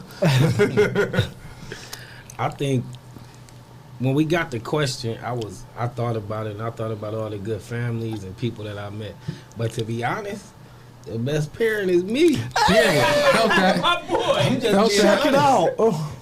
And I just say that because Good one. I just say that because Good one. I just think, I mean, I really did the best I could as an 18-year-old parent, me and his mom. And I think my best attribute was really just seeking out people who had already done it. Yeah. Who had kids that was in college, who had kids that played college sports. And you know at an early age if your kid has the intangibles to maybe play at the next level or can work towards that. So all the people that already had kids that's been through this cycle would tell me, hey, your son could do this, your son could do that. If you do the right stuff, put him in the right position, put him around the right people. And that's all I did, man, honestly. That's dope. Honestly. That's dope. And I mean, like, really good people that I leaned on, people like Eddie Norrells and Eugene Jenkins. That's what I was about to Ted say. Marshall. Yeah. Fizel Crumby, Derek Kaiser, them people, they had kids that was older, and they had a kid that was like close to my son's age, and I leaned on them. And they was positive, man, and they blessed me throughout life, honestly. And that's exactly those names, those are the people I was about to say. I was about to say Eugene Jenkins. I was about to say Ted Marshall. And what I'm speaking about is their wives as well, Eddie Norris and Derek Kaiser. Every time, all those kids that I've coached right there, one thing that I've always seen was a consistency with all of them. And that was that if you're serious about this, I will invest in you. If you're serious, I will invest in you. So that if it requires training, if it requires the right shoes, if it requires whatever the case may be, eating right, sacrificing, just going above and beyond. And all of these kids, like when you look at Gene, he got 2 kids that actually, and I mean his other son is in the Navy, but he got 2 kids from the sport realm that was able to see that go off to play college. You got Eddie. 2 kids that actually went off to go to that go off to go to college. Ted Marshall, he got 3 kids with 2 of them that actually went and played college sports. You know what I'm saying? And like so when I'm looking at this Kaiser, we got Malin that could have did whatever she wanted to do. She was a super athlete. Got Lil Kaiser coming up the realms right now, about to graduate this year, right? Deshaun actually even making it to the league. You see humility about him. Like, none of them parents ever act like they were untouchable. And all of them had the kids that were really, really good. And Sharice put in there the cooks. The cooks, Stratman will he catch you and be like, hey, man, what you think? He'll pull you on the side. Zaya go for 35 points. He'll pull you to the side like, hey, what you think? Hey, I'll never forget. Sharice was at the when Zaya was like in 5th, 6th grade. She's like, hey man, that's this kid from Toledo. She was down there recruiting. She was recruiting, but she wasn't recruiting her, but she was at AAU tournament. It's like, man, this is 5th kid from 5th grade or whatever, man. Her daddy is right here, just like in tune, going in, like, and that's the stuff that when you look at as a parent, if you watching, if you listening, like, you want to be the parent that's in tune with your child. Like, I even will take you one deeper and go to like Clemmy and Deidre, Clemmy's mom. Sorry, I'm forgetting her name. But Deidre, man, these kids, they made sure they had protein in them. They made sure they were eating right. They made like protein shakes, like on the go, stuff like that, man. Like that's what I mean by like being intentional with your child. Like your kid can't go off McDonald's, like and be a stud athlete. Like, he can't be eating freezer food as a stud athlete. Now, mind you, some may do it, right? But the premise of it is to actually give them what they need to put back in their body or to help them be the best kid they can be. I think the biggest question is because most of the parents that we had just named, bro, and people don't even know. So they played sports in high school. They played in college. So they understand, too, at the same time. Like, you know what I'm saying? Like Derek tell his kids right now, if you don't get no scholarship, you going to the Navy. You going to the Navy. Military. Right now to this day, like you better get a full ride academically or a trade school. He'll tell you right now. He'll tell you right. We're not paying for school. You're not paying for school. I pay for high school right now. And that's what parents say. Parents will say that. They'll say, "I'll invest in you now, but I ain't paying for you to go to college." Because I gave you all the opportunities. I gave you I put you in the best position right now. I ain't never knew I put you in the best position to earn everything that you should earn. So if you don't do that, you know what you want to do? Well, I say this military, because there's a lot of parents who want the same thing who didn't play a sport, right? Who didn't go Division 1, 2, 3 in a sport. Yeah. First thing is you can't make no excuses for your kid because ain't no excuses to be made in sports. Hey, just when you done, drop the mic because I already know where you're going. Keep going. You can't make no excuses for your kids in sports, right? 2, you can't control everything. Like you don't get to control what happens once your kid steps into practice, once they step into games. Once you put them on a team, you kind of need to step back. Like, I don't care what you did in high school, because that's a Toledo thing. Like, dudes love to be like, man, I was all city, right? Like, I playing my whole life. That's the fake stuff. Like, nobody cares. Like, because your kid ain't you, right? So, pick the school and then step back. Whatever it is, pick the school and step back. Because if you're going to trust me with your kid, then trust me with your kid. I don't really care what you know. Because, you know what I'm saying, just to piggyback on what you said, like Derek Kaiser, Felicia Tolbridge, bro, they are Hall of Famers at a high school. You never ever hear them. Never heard them. Yeah. Never heard them. Never. Mm-hmm. But they on the wall. They Hall of Famers. I didn't even know Eddie even played professionally. Yes, dude, he was like, tough and everything. State. No, he went to Defiance. Defiance. My fault. But I He's my boy, too. didn't. But I didn't even know he ended up changing positions. Ended up playing quarterback in college. Like I didn't even know this stuff. Like when you see those parents, they're not living vicariously through their kids. Yeah. That's the thing. You know what I'm saying? Like Understand the process. yeah. That's the main thing, just understanding the process, man. And trusting it. And no, but also the next step is putting your kid in a position to be successful. So my son, you knew he was gonna be a football player. I could have sent him to Central and he could have just mixed right in with everybody else. But you sent him to St. Francis and he first team, second team, all state and track. He got varsity letter 10 times in high school. What record you forget at St. Francis? You know what I'm saying? So those things wouldn't have happened at Central, and I'm for sure of it, because he would have just played freshman and fit right in with the other 70 kids that went. You know what I'm saying? And then he would have just went on to JV, but I put him in a position to be successful because I knew my child and I knew the temperament of it.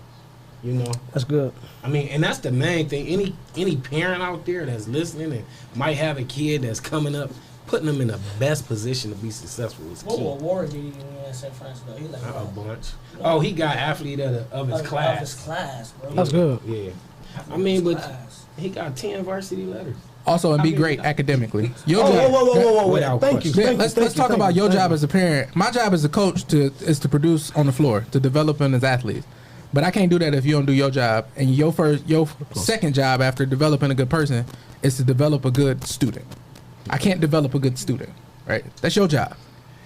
That's your job as a parent. Is develop a good student. Because good students, like great athletes, everybody we just named were good students. They were good students. Every single one of them. Yeah, and not one of them kids. Not all of them were good I don't students. know. That's the thing about it though. Okay, we gonna move on to the next topic. Go ahead. Now? Leading off with what Mighty Tim just said, like we go on to the next topic. What is the best way to make Black America feel safe again? Just being equal, I think, for me. What does that look like? Just being equal across the board, like, you know what I'm saying? You treat this Hispanic or Caucasian the same way you treat a black person. Like you pull it over, just make it equal. Like, you know what I'm saying? Don't feel threatened just because he's black. Like, just be equal across the board, because that Caucasian or that Hispanic guy can be more threatened than the black guy, or the black guy can be more educated than the other three. Just be equal, man. Just don't you know what I'm saying? Don't judge a person by his skin or the outside of his body. Like, Yeah, Sensitive topic. it is. Especially speaking of skin. hey, this brownie me or Chris's? Mine right there. What you got, Craig? The best way to make Black America feel safe? First, get a little darker. Oh, wait. Hold on. Smitty said, how do we accomplish that? I don't think it's no answer. You know what I'm saying? It's like Obama was on Power 105 this morning, bro. It's just everybody just coming together. Like, you know what I mean? Like, there's no correct answer to it. Like, I don't think it would ever change. It's just everybody been on the same page, some type of way. And I don't know how we ever get there, but once everybody on the same page, you know what I'm saying, America would be better. But would that ever happen? That's like having a perfect world. It ain't gonna ever happen. He said not sensitive. This I is think pretty sensitive. Me personally, I think it start within our own community and with each other, just supporting each other, coming together, not being so separate. It really hurt us. I'm just speaking in Toledo, Ohio. All the charter schools and kids being broken up and not having neighborhoods like the traditional, so we don't have those bonds with the person right across the street from us. Yeah. You know, he lived right across the street, but he a stranger. You catching the bus somewhere else. It's tough. That is. It's tough, man. Not having neighborhoods anymore and not having those places where we come together and unite, just regular kids, not the gangsters, not the kids that don't go to school or the potheads or whatever. Just the regular kids have nowhere to come here. Because when they go to school, at 3 o'clock, they told they got to get out the building by 3:08. Jesus. That's tough. You know, they can't even hang out in front of the building because of all the bad things that happen in America in our own community. Because they judging them. Because they judging them, bro. It's tough. It's They tough, judging. man. And I just think of that, and I always, and I know it seems like we always relate back to being in other situations, but being at the Catholic sector, you go to school and them kids laying on a bench at 8:30 at night, and nobody saying a word to No, them. what about their parents dropping them off at 6:30 in the morning? They ain't got to be to school. at Nobody 8. says a word. They ain't got predators or nothing. But if you go to a public school, you got them getting forced out the building, and they just trying to hang out with their friends because they can't hang out with them at home because they live on the east side and I stay on the north. Yeah.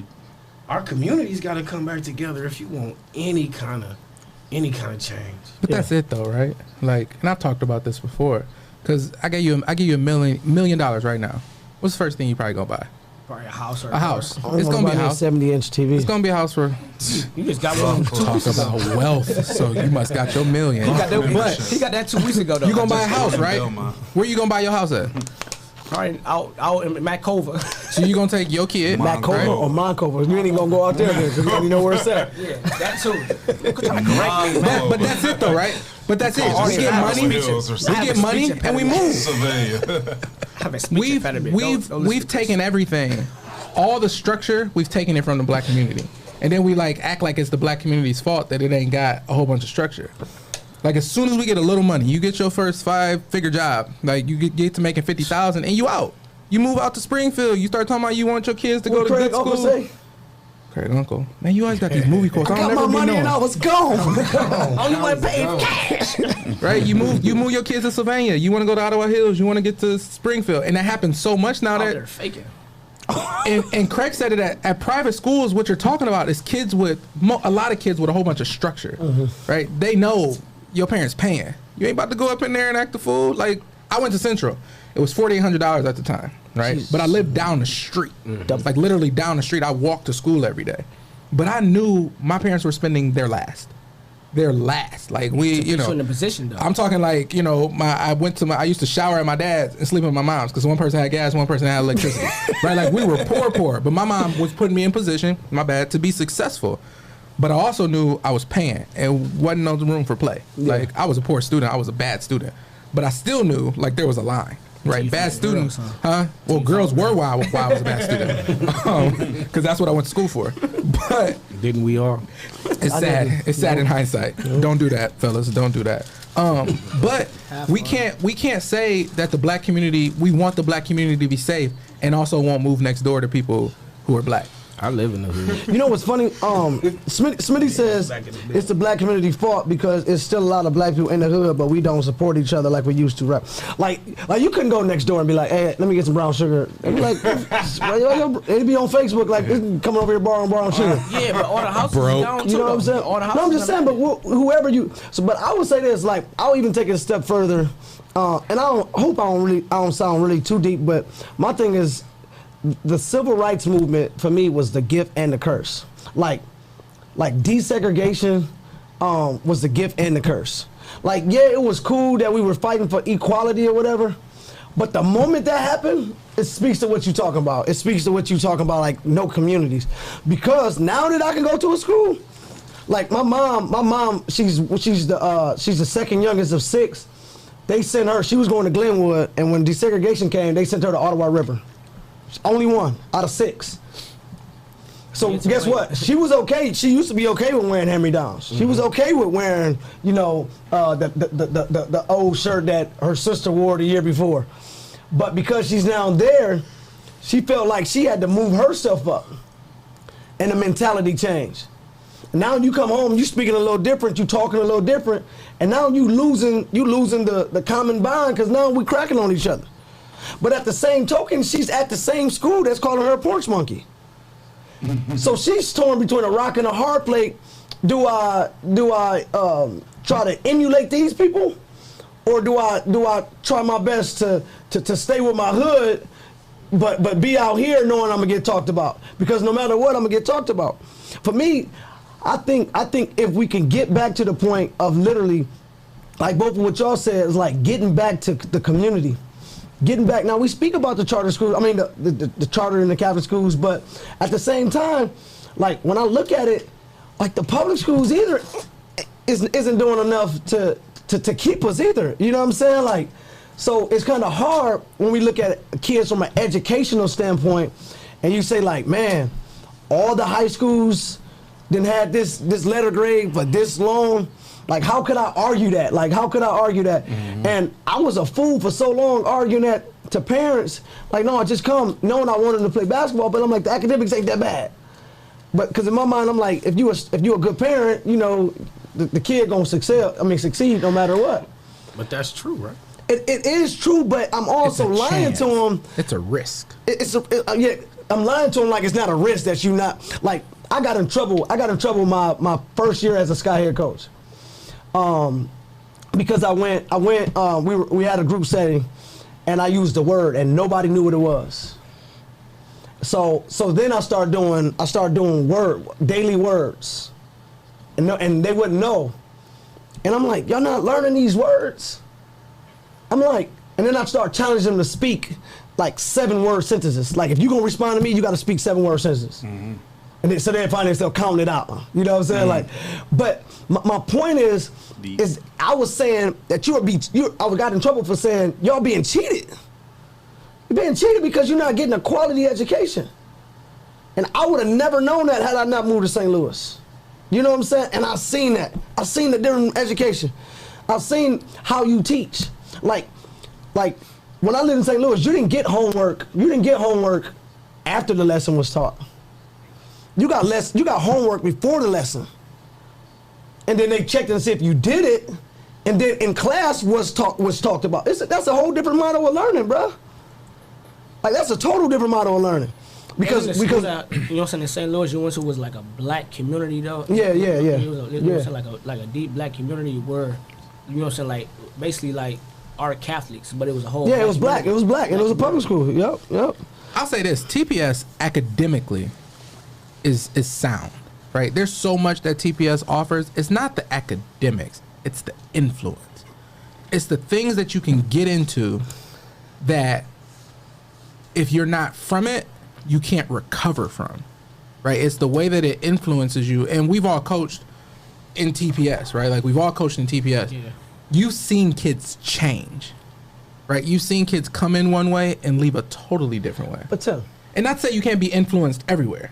But it is the academics for me. Like for me, like, and I'm not speaking, I'm not down talking it. I'm just telling you what it really is, bro. Like we can really name the teachers that really had an influence on your learning. You know what I'm saying? No, and that's everywhere. I'm telling you, somebody who went to private schools, right? Like, the academics aren't any different. Not that I'm a teacher. I can tell you, like, 2 + 2 is still 4.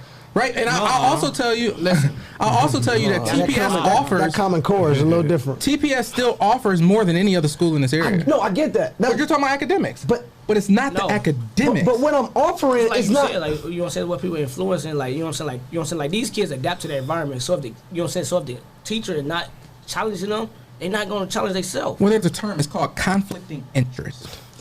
So before you get to that, my thing is this: when you said offering, Wendy's, McDonald's, Chick-fil-A, Popeyes all offer chicken sandwiches, right?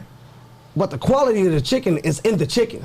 So, like, you can offer whatever you wanted to. You can offer aviation, you can offer agriculture, you can offer cosmetology, but if there's no substance in that teaching, then what you're offering is just a greasy sandwich. So you said the teacher in the public schools don't care? I'm not saying that. Don't quote me on that. But I'm saying, I'm asking you because that's the ingredients part of it. But what I'm saying is, it's a higher chance of being cheated.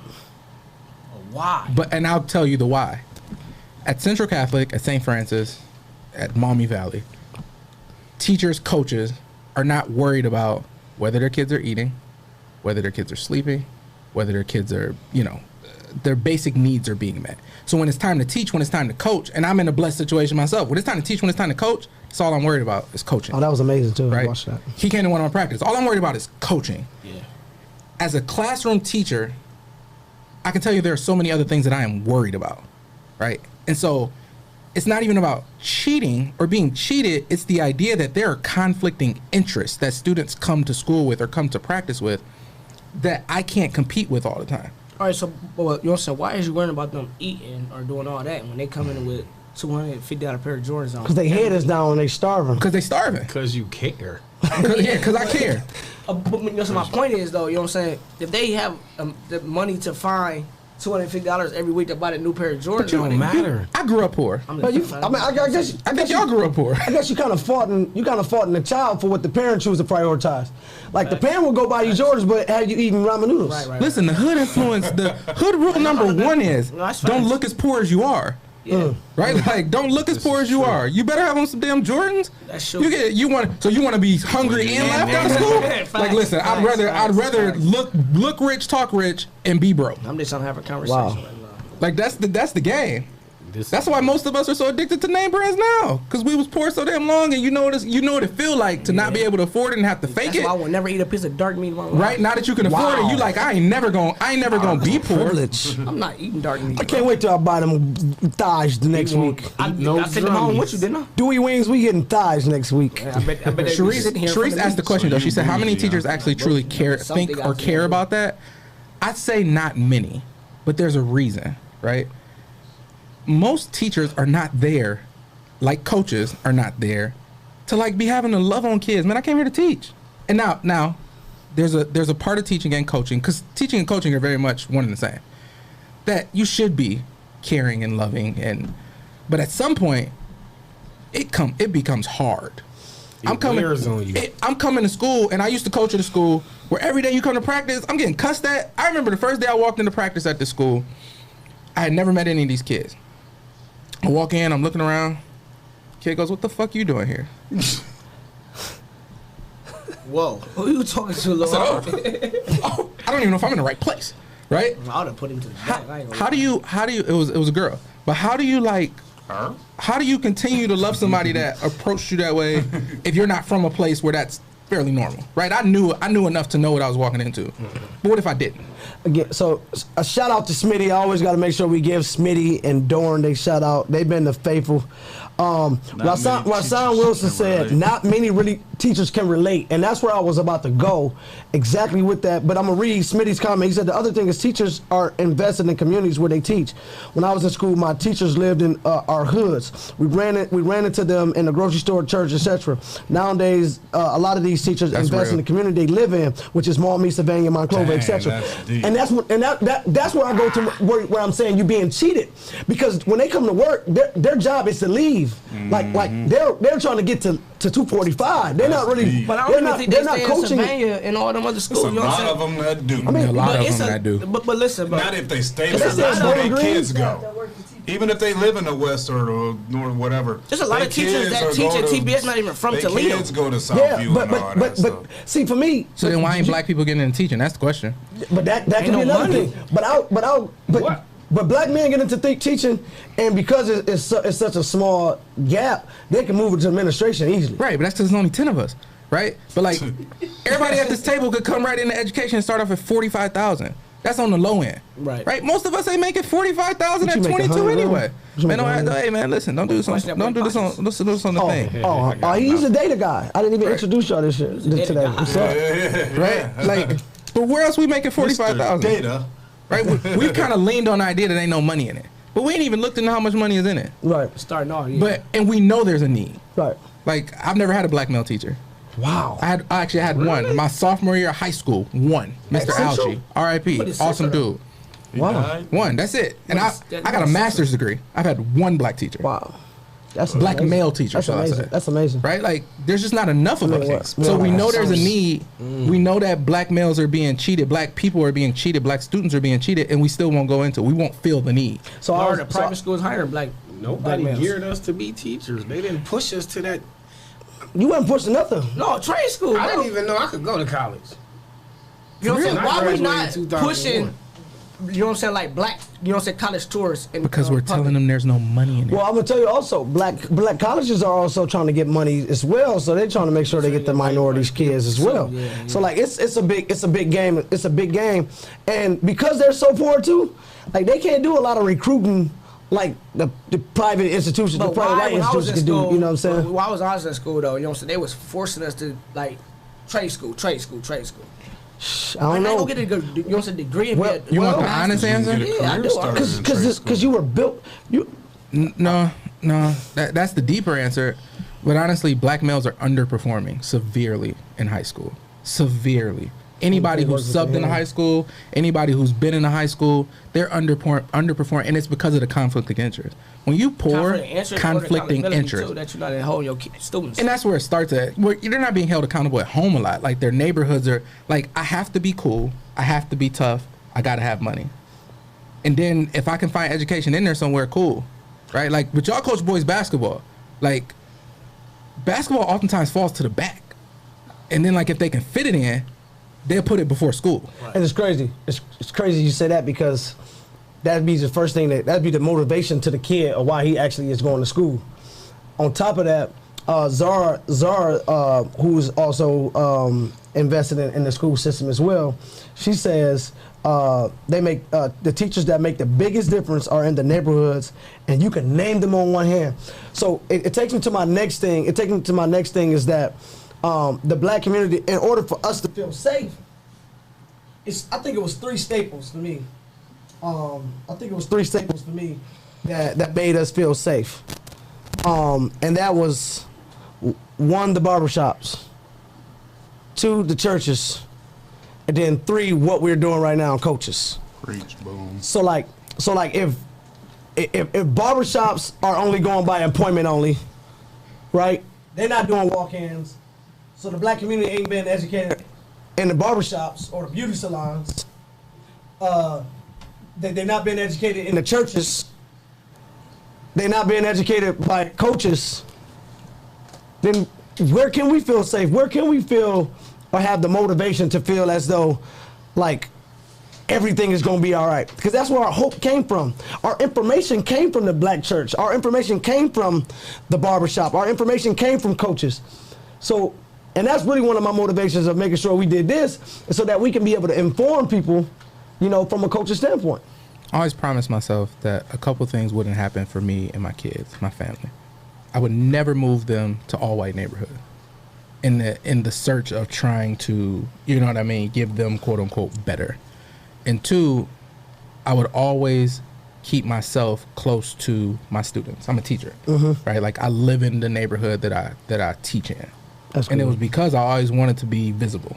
I never wanted to be so far out of touch that like my students couldn't like reach me, right? Like even in school, I'm like that. Like I'm very reachable. Right. I'm very touchable. I'm very like, I'm never going to be so far away that you can't like talk to me. That's good. And that's not common, right? And other than that, I wanted to talk on what Sharisha said in the comments. She said that, I'm going to tell y'all, before I even made it to school, there was no one at home telling me school was important. I would have never gone to college had I not played basketball. That's when I learned school was important, that I could go to college and make money. We talk about education, but that foundation still needs to start before that bus pull up. That's deep. And that is so missing. Like we talked about good parents, right, as far as like sports are concerned. But like as a teacher, I have had, you know, let's say you, and most high school teachers are the same way. If you got 25 students, you might see 3 of their parents. 3, right? That's a good year. That's a good class. You can't succeed like that. I'm 35. I was 22 when my mom was able to step off the gas. Like I was graduating undergrad where my mom was able to be like, you good, you got it. But before that, I wouldn't have made it. I wouldn't have made it because I had conflicting interests, right? I grew up poor, so money was my first motivation. Girls was my second, and just being visible and popular. Still in my big age, my 18, 19 was, and that's still true to this day for most poor kids, right? School ain't that important. What's school gonna do for me? School ain't gonna give me no girls or no money. And school costing me right now, right? What I'm gonna do with school? And that starts in high school. What I'm gonna do with school? Why do I even need to be here? And then as black men, we kind of push that rhetoric. Man, you don't need no school. Man, go get it. We're the ones pushing the trade. Go get this money. Go get this money. You're going to make $100,000. We leave out the part that it's going to take you 80 hours a week to do so, though. And real taxing on your body. We leave out all that because it's just about the money. Because most of us grew up poor, and we know that money, in theory, could solve some of your problem. the ones we care about. Right. Money will solve all that. Money gonna get you the girls. Money gonna get you clothes. And a flat screen, 70 inch. Money gonna get you 70 inch, right? I know a dude with a 70 inch. She got money, right? Shout out to Chris. Shout out to Chris. And Moan. Must be. Oh wow. I'm on the bottom end of this table. I'm still at 32. But that's because I'm 'cause you got 32 money. inches. But that's because I chose You got a TJ. 20K makeover, kitchen makeover he got coming on though. You got the wrong And he had team. the best cupcake come out of his house. Best cupcake ever. Shout out to Jesse Bell's Get Cupcakes. along. Shout out to Jesse Bell's Cupcakes. Do he wins? Can I get along? But the last question that we got is, what do you feel is your best attribute as a coach, or what does that look like? So maybe we got some coaches that's like willing to grow, that's wanting to grow in the game. Like for me, like I gave Tim a shout out. Poise, like early on as a head coach wasn't something that I had. You know, that even kill look, I didn't possess that. You know. So, like, what would you feel is the best attribute or the best thing about you as a coach? It don't even have to be on the court, but what's the best thing about you as a coach? Man, so for me, like on the court, like my temper don't change. Like, you know what I'm saying? I never seen Tim coach as a head coach yet, but like my tempers don't change. Up 10, down 10, up 20, down 20. Like I'm the same because I feel like my kids would feed off my energy. So if I'm up rowdy, yelling at refs, now my kids, you know, feel like they can do that. So my temperature don't change at all for me on the court. I think for me, it's to just be a student always. Never be afraid to ask a question. Do not act like you know everything, because you don't. Nobody knows everything. And as long as you're a student, and for me, passive aggressive, and I surround myself with people that's strengthen my weaknesses. I make sure that I do that. And they the total opposite of me. I'm laid back. The same way I talk is the same way I coach. You get, So you I- get a crazy response off that little toe. I go into practice the first day and I say, if I gotta yell, it's a problem. You should be able to hear me. Over the music, over anybody else talking, you need to tune in to my voice. You know, so if I'm yelling, it's a problem. In my gym, you know, so just having that command and surrounding yourself by the right people and always knowing that you could be educated by any and everybody.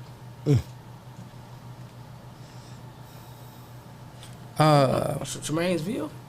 For me, it'd be there's three things and there's three people that have like taught me the thing, right? Like one, Keyshawn Johnson, who the first time I ever coached, he was who gave me the first opportunity to coach, taught me how to be really honest, right? Like extremely honest with your people, with your players, with your parents, with everybody around you, and it saved me a ton of hassle. Leon Kennard, who was the first person who gave me a high school opportunity, always was able to have a relationship with parents, right? Like building a rapport with your parents. And Chris McBrayer, who I coached with at Scott, was that 2 years ago? 2 years ago? Developed a organizational set, right? Like, even though he didn't always get to use it, right? Like he had a way to do Going the right things. direction. He had a way to do everything though, like a way to get food, a way to do your pregame, like, and it was always just kind of really organized. And I've taken that with me where I am now. And so I think those three things are the things that the poise thing is just something. It's just kind of me, right? Like it's not even necessarily my best coaching attribute. It's just who I am. And it's more, that's how I handle anxiety, right? Is to just like relax. But those three things are the things that as a head coach now have saved me a whole bunch of hassle.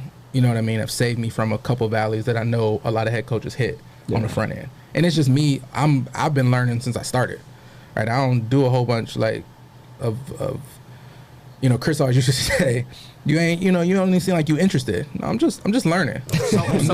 I'm just taking it in. Yeah. Like, I don't really want to be all like in the mix, right? I really just want to sit back and figure out what you're doing without having to ask a whole bunch of questions because you're in the middle of it. So that was my thing. I mean, the question was, I think you said the best method of coaching, whether you mastered it or not. Yeah. And obviously none of us, and nobody has mastered this game of basketball. I mean, a lot of people have success more than others, but I mean, like Craig said, you got to be a student of the game. I think I'm a real student of the game. Oh, I'm sorry. Student of the game. I try to piggyback on, I mean, I've had some success, but everybody at this table, I mean, that I probably, like, I still try to, like lean on them to like, get things from what they do in their program to still be able to help mine. Even when those on the outside look at, okay, like, I mean, my program probably has done this and done that, but I still look to learn. I mean, they talked about it last week when I wasn't here. I learned a lot what I know by going to coaching clinic with a whole different staff than mine. I mean, like, brotherhood, though. It was again what he just said, a brotherhood. It was a staff that was going to a lot of coaching clinic. I coached for 10 years before I went to my first coaching clinic, and I joined in on that staff coaching clinic. I went to it. I learned. I heard a lot of things. I took my fair share of notes, and I mean, and that was good for me. That was good at building a bond with my brothers who also as coaches. And I just look to do that, but I'm drawing a blank here, but I would say blank. I would say for me, and they said it, a few of them, but I've really never been under any coach that wasn't organized. I've never been under one coach that was not organized. So for me, good. So for me, that's all I know is organization. Like when I first came into coaching, Antoine Johnson, my cousin, he carried a briefcase with manila folders in it, and everything was labeled, and he had a copy of every single thing. So like for me, that's all I know. Coming into football that same year, Gardner Howard, everything he did was digital. He made sure everything was digital. So like, so everything that I try to do, I now, like you say, find a way to get it done, because that's all I was ever shown. Mm-hmm. Like, so I don't know what it's like to walk in the gym and not have a practice plan. I don't know what it's like to walk on the football field and not have a practice plan. Even when I coached soccer, I still had things that I wanted to tackle that day. Like I just didn't like just walk in, and they probably looked at me crazy coaching soccer because I had never coached. But I'm like, I really just want to be whatever I got, it's gonna be the best. So even now I've even transitioned into the reffing part. I'm literally trying my best to organize myself to be the best referee I can be. Like I'm calling assigners and referees from out the district. I'm calling referees and assigners that's literally in my district. I'm asking refs to come evaluate me, like, because I want to be as organized. Now, organized don't get you wins though. Mm-hmm. It don't get you wins, because you need a little Chinese fire grill every now and then. But it gives me comfort in knowing that I'm putting my best foot forward, and that's just for me. What would y'all say basketball, like, if I ask you real quick, what's your basketball philosophy? Real quick. Transition defense. Real quick. Defense without question. Real quick. Grit and defense. Real quick. Shoot a lot. Shoot a lot. I mean, with me, I know I asked Back him door. I asked him real quick, and I'm gonna take some time, because my basketball philosophy and what we've had successful on. I mean, you ask, like, what would I tell a younger kid growing up, or somebody's getting in coaching? My basketball philosophy has just been a mixture of learning a whole bunch of different ways to play the game. Of course, you got to adjust to your team. Exactly. You got to coach. You got to have your philosophy based on the team that you have. But I base my philosophy based on the team that I got and the opponents that I'm going against. So do your identity change every year? My identity changed every game. Wow. My identity changes every single game. Because I can go into a game and know I can play fast, and I can go in another game and know they got better athletes than me. I can't play fast. I got to play slow. That's a true student. I got to run my stuff. See, that's a true student, though, bro. So, I mean, like, and it's hard because, like, we take a lot of time, and, you know, not a lot of coaches, like, got a lot of time. Like, we practice a lot. We practice a long time because I got to put those different ways of coaching into my kids. Like, 'cause I want to play fast. I want to play slow. I want to do this. I want to do that. I got to base it on my team, but I got to base it on, like, I'm playing this team this day. How do you keep them engaged, bro? Yeah. It's tough. Running sets get boring at a time. Absolutely. But like, how do you literally keep them engaged? I get like, you just asked me that question. I get that question all the time. Like, how do you, like, and they always have the cliche, like, how do you get the TPS kids to run as many plays as a Perrysburg or a Finley and all that? But, like, I mean, we just do repetition, and we usually just designate a day to go through our stuff. I mean, I definitely stole that from Matt. Like, we don't like, people think that we doing Monday through Friday, run all. We don't run no plays really Monday through Friday. We do it on Sunday. Sunday, like, it's not mandatory. We call it execution day. You want, if you not in tune with the offense, if you behind, you come on Sunday. I mean, we usually go to church on Sunday. Shout out to 10 Walk to the 12. Word. Shout out to Walk the Word Ministries. I mean, we can't go now, but we usually go to church. Then we go to the gym from 12. We got all the way to 12 to 4, and I leave the whole time open. I go in there and sit there. You either come there, you go shooting the gun, or we call it execution day. Now, what does that look like? Do you have kids that just, like, will automatically just volunteer? We all go to church, and then, like, I just give them the option. We just go, we see who comes from church, which is connected to start, who go walk through that tunnel and come to the gym. And I don't make it mandatory, but obviously we get about 70-80%. They usually, because they're already there at that point. I mean, it's easy. So, like, I mean, using the Lord. Man, somebody in the comments asked, do you think you hold your players back individually, changing up every game? And I think that's an important question, because that's what people think, right? Like, yeah, because I've heard parents say that, like, man, you don't want to send them start because they ain't gonna be, because they said the same thing about St. John's back there, right? Like, you don't want to send them to a system because you gonna handcuff them. So how do you respond to that? What is something you'd say to parents and community people who? I think if they come to start, they already know, like, what we do. They just got to trust me. And like I said, like, it changes game by game. So, like, if it comes to a game, I know that they can showcase their talents and be able to play iso ball, or we could just run motion the whole game. They're going to have the opportunity to showcase their talent.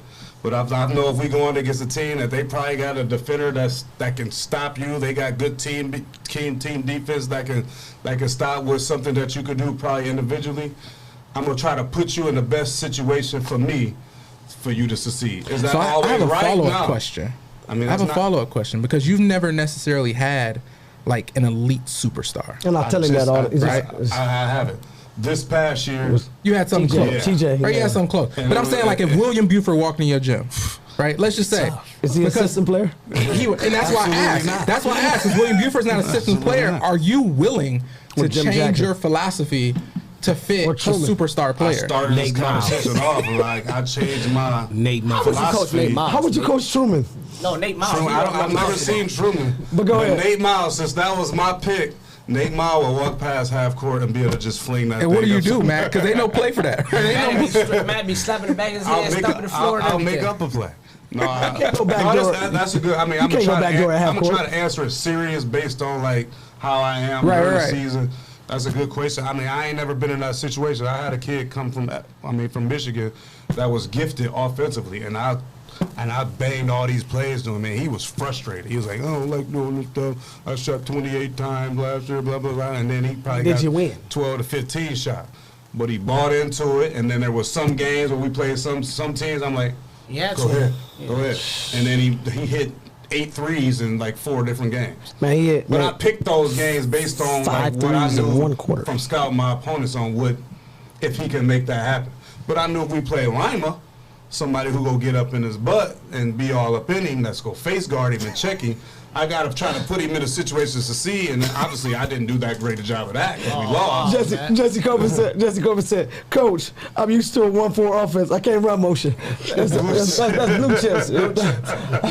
You can't play for start. But so and I was just about to ask kind of like the same question, and I know we sticking on you, but I mean I guess we can give you your roses right now, but because you are like the only person since 2000 who's actually even been to the regionals from Toledo Public Schools. You know what I'm saying? Twice. You know, who? Oh, no, Why you throwing it up?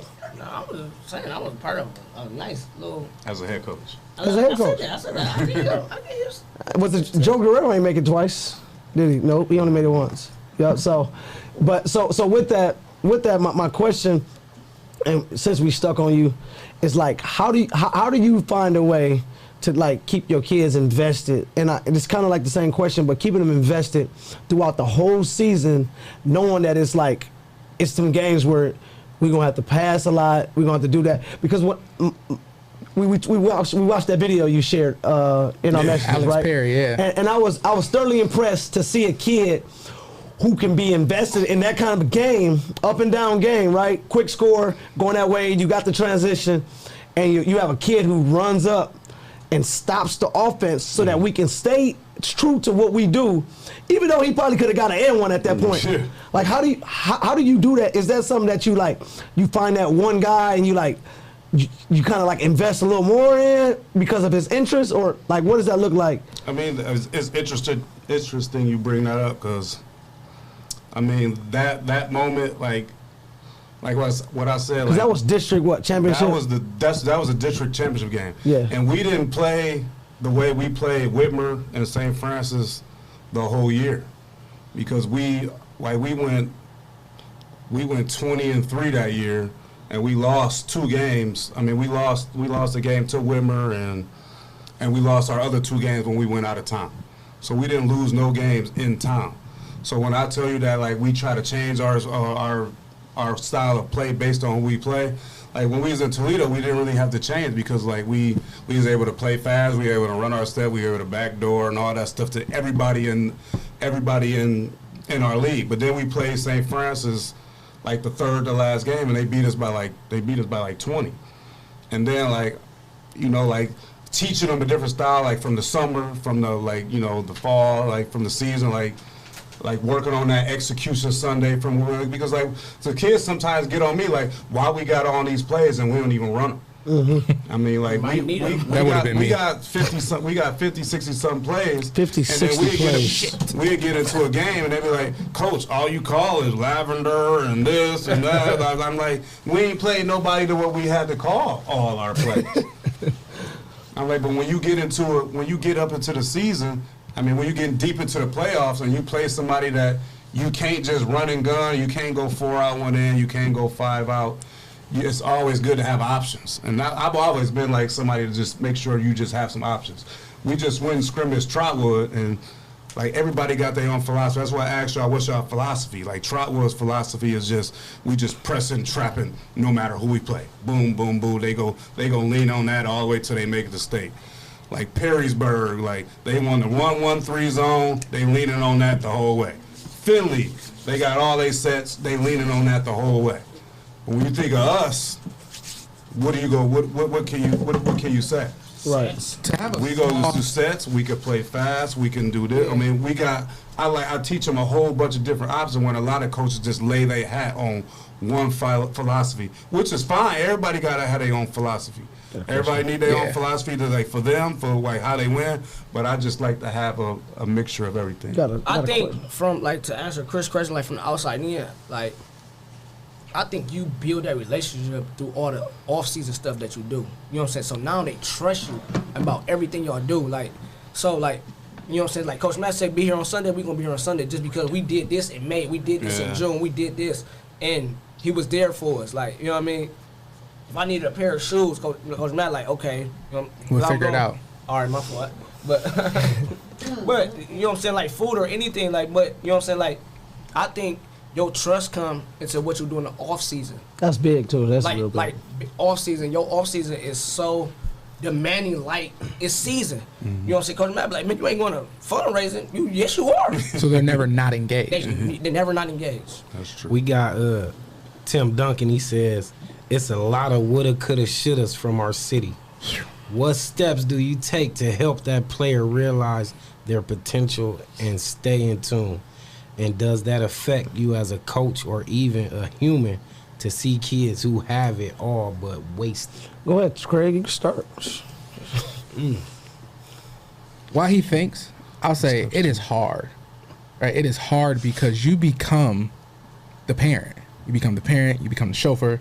You become the meal ticket almost. You know what I mean? You become the person.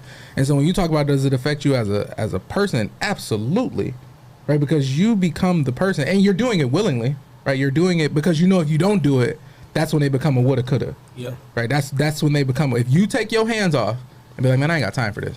Right. That's when they go from, wow, this is an amazing player to wow, damn, I wish I coulda. Yeah. I wish I woulda. Right. I wish I would have been a little more Investor. I just think that I know I tell my kids when I first meet them, a lot of them, I say, potential means nothing without production. Mm-hmm. And within production, you got to work. Yeah. A lot of times kids have potential, but coaches don't produce. They don't develop.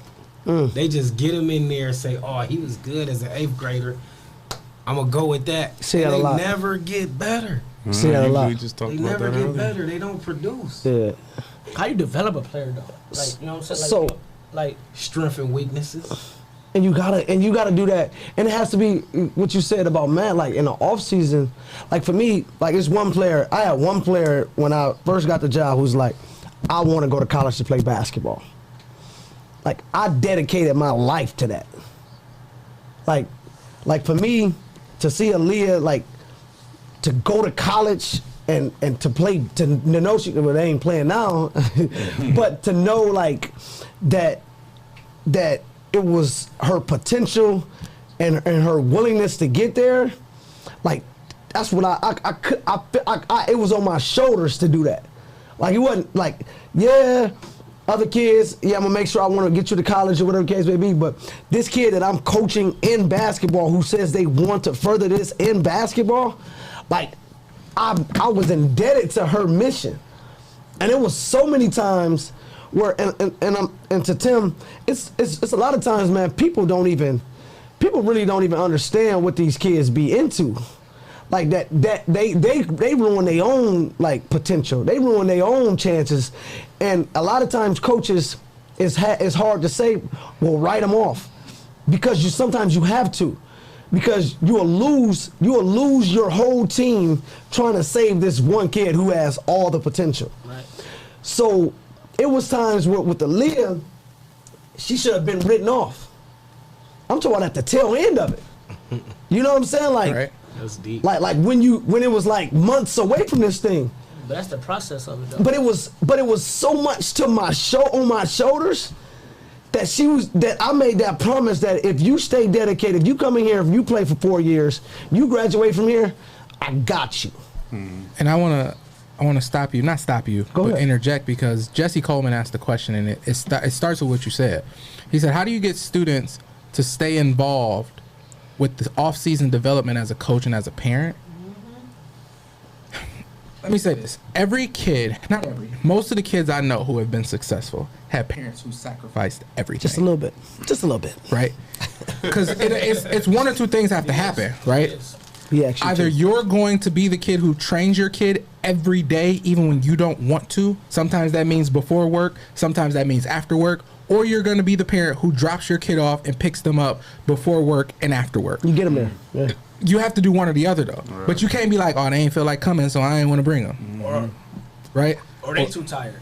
Or I'm too tired, man. I got to work 12s, and I ain't got time to be picking them up and dropping them I just off. worked at 12 with your child. Right. And I got a job. Right? I got a job. I'm coming here because your kid acted like they wanted to do this, and you acted like you wanted this for them, but now it's time for the excuses, which goes back to what I said. There are no excuses in development as a coach and as a parent, because I can't be like, oh, man, I don't really feel like training you today. I don't really feel like training your kid today. I work. Right? I ain't really got time for that. And I will say that you can answer that question correct. But I will say that that's the one thing about Aaliyah though, or Mama. Man, you can have your way. I was about to say, or you got to be the one who just steps away. She was like, you can have your way. Like, No off season. Aaliyah would literally was How do like, we help them kids who don't have that girl, parent? Felicia. no, but so Aaliyah's mom was like, man, I don't know nothing about this. Have your way. I trust you. She was like in the parent meeting, like, yup, everything he's saying is true. Like, she'll stop the whole parent meeting. Everything he's saying is true. I know that's right. He'll have my daughter, and he'll make sure she's fed and all that. He ain't lying. And that's how she would be. He's the babysitter. You know what I'm saying? Like our producer over here shaking her head because she was witness. She'll interject and be like, he ain't lying. You better trust him. I attest to it. Three things. One, and I'm sorry, Craig, I got you. Hernika Johnson said, and this is one of the most important parts. You miss prom. You miss vacation. Yeah. You miss social stuff. Yeah. You can't want your kid to be great and want them to be the social butterfly because they don't go together in high school. Like Darren Zai Cook was Cone. getting gold medals My boy. when everybody else was like at home kicking and having a summer vacation. Yeah. Right? Ken Ray Johnson and Jayla Johnson, who are Hernika daughters, I've seen them go to practice and then go shoot 550 shots In the driveway. right? after practice at another gym. Yeah. Right? I've seen them like not want to Madison do it. Davis' dad in the YMCA. I've seen. I told y'all a story about Zai Cook at Halloween. I didn't tell y'all part how Stratman was there with her. Yeah. Right. Like, you don't get it that other way. But my favorite player, and I told y'all, Mariah White. Mariah White went to start. She goes to Cleveland State now. Her dad played Division I basketball. Easily could have did more than I did. But her junior year, going into her junior year, he came to me. He said, "Listen, I trust y'all. Do right by my baby." That's the number one thing, and I bro. never heard from him again. Her mom would drop her off at 5:30 in the morning because we worked out at 6 because I had a full-time job. And she said, "You got her?" I said, "She good." And that was it. Right? Like, they just got out the way. And that's how you gotta be kind. I mean, for me to keep kids locked in and involved is just to play everything. I'm a big supporter of playing Multi-sports. running cross country or playing football, playing soccer, playing basketball. In the spring, running track. Each sport carries on. You know, like, and I think it helps something develop different. you not only as an athlete, but as a person and a human being. Because you are learning from 3, 4, 5, 6 different coaches, 6 different men or women to teach you something that you haven't been taught at home, or your home life can't relate. You know, and those types of things. For me, I think it really helped the development of my son moving forward in life. So now, that's all he know. Yeah. Shout When he out wake Coach up in the Cone. morning at My 6 girl o'clock, Felicia said there ain't no Cone. off season at her house. Yeah. But all the parents We over gotta Hernika. can we show love to Coach Cone? Hernika. That's my guy. Coach Cole, yeah. Coach Shout out I to him. call him all the time. And he's Coach definitely Cole, a I get relatable on person his coming, nerves. and he got experience from the NBA all the way down, and he's relatable. You can talk Where's to my him. NBA scouting report Most though, love, Darren? Darren. Like I asked you for an NBA scouting report. But I just if want to We see need to it. go back to Central Michigan. But before you get off of here, y'all, just hit that share button just one more time. Just hit that share button just one more time. I will say this though. I will say this. Is that if you're not willing to allow your child to be invested in by the person who's coaching them. Every time you hit it, it cuts out. Oh Jesus! That's why I keep hitting it and cut you Oh back my in. bad. Oh, if you're not willing to allow your child to be invested, or allow the person who's coaching your child to be invested in your child, and you're trusting them, you might as well pull them off the team. And the last thing I would say is what Craig said about multiple sports. Most college coaches Look for that. looking for multi-sport, at least 2-sport athletes. Smitty said it, and Urban Meyer was about that. But because you know why? You know why though? Because there's one thing that resonates in all the sports: You know to compete. discipline. Yep. Discipline. So you stay in discipline all year round. All year round, you stand this. So even if you're not a multi-sport athlete, you better be an AU. Like you're gonna get done. You're gonna have your week or your couple days off, rest, get a few ice to your bones, and you're gonna get right back to that discipline. But we're gonna end it right here, man. We're gonna see y'all next week. Hey, any final conclusions that y'all got to anybody that's watching? Man, trust the coaches. Make Not the, because they win it. mine would be make the sacrifice. Make the You sacrifice. have to sacrifice. There is no, and I keep saying it, there's no other way. I need to get a shirt that says there is no other way. But you have to make the sacrifice. Like you can't want it and not want to or be willing to make all the sacrifices, which means you're going to have to get up early, you're going to have to go to sleep late, you're going to have to buy different groceries, you're going to have to spend the money on AAU, you're going to have to spend the money on 7-on-7s, whatever it Even is. money you ain't got, right? Even money you ain't got. Even extra you ain't That's got. it. That's it. Even money you ain't got. Right? Just cut back on your habits. You gotta go with the opportunity that your kid needs, and it's gonna take some sacrifice. I've coached many kids who played AAU who couldn't afford it and just kind of made away because that was the sacrifice for them. So that sacrifice is my thing for parents. As he says, sacrifice. Mine is different. I mean, I'm going to lean back on what's going on in TPS. We're in virtual school. Parents, if you listen, please make sure your kids is logging into school. Just logging in at least. Just log in. The small things, I mean, man. like just like Bone says, the little things. Like we just gotta make sure our kids is logging in, doing the simple assignments, and then they gonna be able to have some success as we deal with this pandemic. So please, like I know you're going through. Probably you got your work, you got stuff to going on, but I hate to sound harsh. If our kids fail, it's the parents and the adults in those kids' lives that's failing as well. Amen. Facts. I'll say one more thing, man. Just support each other. And don't shy away from picking up the phone or sending a text to somebody that you ain't talked to in a while or you ain't heard from. I'm sure they'll love hearing from you. And that's good. That's good. And since tomorrow's Thanksgiving, y'all want to just say one thing that y'all thankful for? And I'll start. I'm really thankful for. I'm really thankful for God. All right, and I'm thankful for God just being in my life and placing people in my life to help me out and balance me. Just even in my down moments, it seems like God always seemed that random person, that ram in the bush to just encourage me. Like today, I got two. One was a text message and one was a phone call just out of nowhere. Somebody else just blessed me out of nowhere. You know, so I'm just appreciative of God, and I'm thankful for God and my family. Smitty, I'm done with Smitty. Mine would just be thankful for my, so my family and my friends, like just having great friends and family around you, like, like the support I get from my friends and family is unbelievable. We got a phone call. We got a phone call. Yo. Who we got? What you got? Who that? If they're talking, I don't hear them. I caught on last week. Hello? Smitty? Go ahead. Yo, what we got? Hey guys, this is Rustin Wilson on the line. What's going on? What's up, Rasai? Rah, He called in? A Tiffin great side. Shout out to the Why can't Dragon. I hear? I ain't got no Hey, shout out to the earphones. Dragons, man.